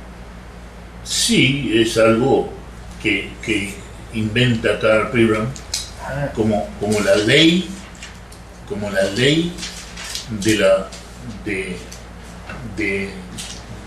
de algo que es el orden implícito o la holoquinesis, ¿no? Todo incluye todo. Una ley que se derivaría de la holoquinesis, digamos. Entonces, el cerebro puede ser visto desde la holonomía, o sea, de que la memoria está en todas las partes del universo. Perdón, de que la memoria, bueno, hay quien lo dice eso también, pero no, quiero decir otra cosa, de que la memoria está en todas las partes del cerebro. Y entonces, holonómicamente podemos ver a la memoria de esa manera, pero no neurológicamente, porque neurológicamente ya está separado el cerebro en partes, ¿no? Como el área visual, el área de Broca, el área motriz, ¿no? Etcétera, el área auditiva. Y entonces el cerebro tiene sus áreas, ¿no? Que estudió Broca muy bien, que es la manera neurológica conocida de estudiar el cerebro. Cuando Karl Pribram acuña la palabra holonomía, no es para invalidar a Broca, que clasificó el cerebro en sus partes funcionales, sobre todo la corteza, ¿no? La corteza del cerebro, no la parte interna. Broca clasifica la corteza funcionalmente, pero no la parte interna. Y lo que dice Pribram es que con la holonomía vamos a poder hablar del cerebro de una manera más cercana a la holoquinesis. y de manera holográfica. Él decía holográfica al principio, después le llamó holonómica, ¿no? Y bueno, y tiene una serie de cosas que parece que inexorablemente se conectan con la filosofía, ¿no? Cuando él no quería hacer filosofía, al decir holonomía, al decir nomía, ley, corre el peligro de ser visto como un filósofo. Que no era la intención de Karl Pribram. Yo le digo a Karl Pribram, ¿y usted va a quedar siempre trabajando en la Marina de Estados Unidos? Y me dice, no, una vez que descubra al hombre invisible me voy. No era chiste. No era chiste. Ustedes saben bien que el experimento de Filadelfia ya estaba Tesla metiéndose en esos terrenos, ¿no? A ver si lograban el barco invisible, ¿no? Para que no fuera detectado por el radar. No, tenían la pretensión de que no fuera detectado por el ojo. Por eso jugaban con los campos magnéticos como lo hacía Tesla, ¿no? Y entonces no estaba hablando Pribram de algo completamente chistoso. Él estaba haciendo un chiste, pero yo sabía muy bien que no era ningún chiste, de que estaba continuando los intentos de Tesla en el experimento de Filadelfia. Y Bohm en La totalidad y el orden implicado retomó un poquito la holonomía, ¿no? Porque lo menciona. No, es que Bohm le da explicación a todo esto, ¿me entiendes? Bohm es el que puede reunir a la holonomía de Pribram y explicar el experimento de Filadelfia y explicar a Tesla, ¿no? Con solamente la holoquinesis, sin recurrir a mayores fragmentaciones interpretativas en ciencia. Basta la holoquinesis para explicar todos esos fenómenos, ¿no? Y esa es la grandeza de Bohm, que lamentablemente hay una resistencia a verla muy grande, ¿no? Pero no es sorpresivo, porque ya sabemos bien lo que pasó con Galileo, con Copérnico y con Ptolomeo. Y así que la historia de la ciencia está llena de horrores parecidos a lo que está pasando con Bohm, ¿no? Ignorar a Bohm. No va a poder durar mucho eso de ignorar a Bohm. No puede durar. Bueno, terminamos la clase 7 y nos despedimos hasta dentro de 3 domingos, porque los próximos 2 domingos se supone que voy a estar en Barcelona para impartir un taller allí. Muchas gracias y nos vemos en 3 domingos. Mucha suerte. Rubén, perdón, no sabía que terminabas, pero quería hacerte un último comentario. Entonces, sí. Cuando se dice que la percepción unitaria es el contacto con la holoquinesis, quizás sería más preciso decir con el orden implícito, es decir, con el orden explícito también y con el orden implícito, o no es necesario hacer esa distinción. No es necesario, porque la holoquinesis precisamente es el movimiento entre los dos, ¿no? Y si contemplamos la palabra entre y la ponemos en su lugar, digamos, entonces tenemos que hablar de que es un contacto con la holoquinesis que abarca los dos órdenes, ¿no? Bien, perfecto, gracias. Sí.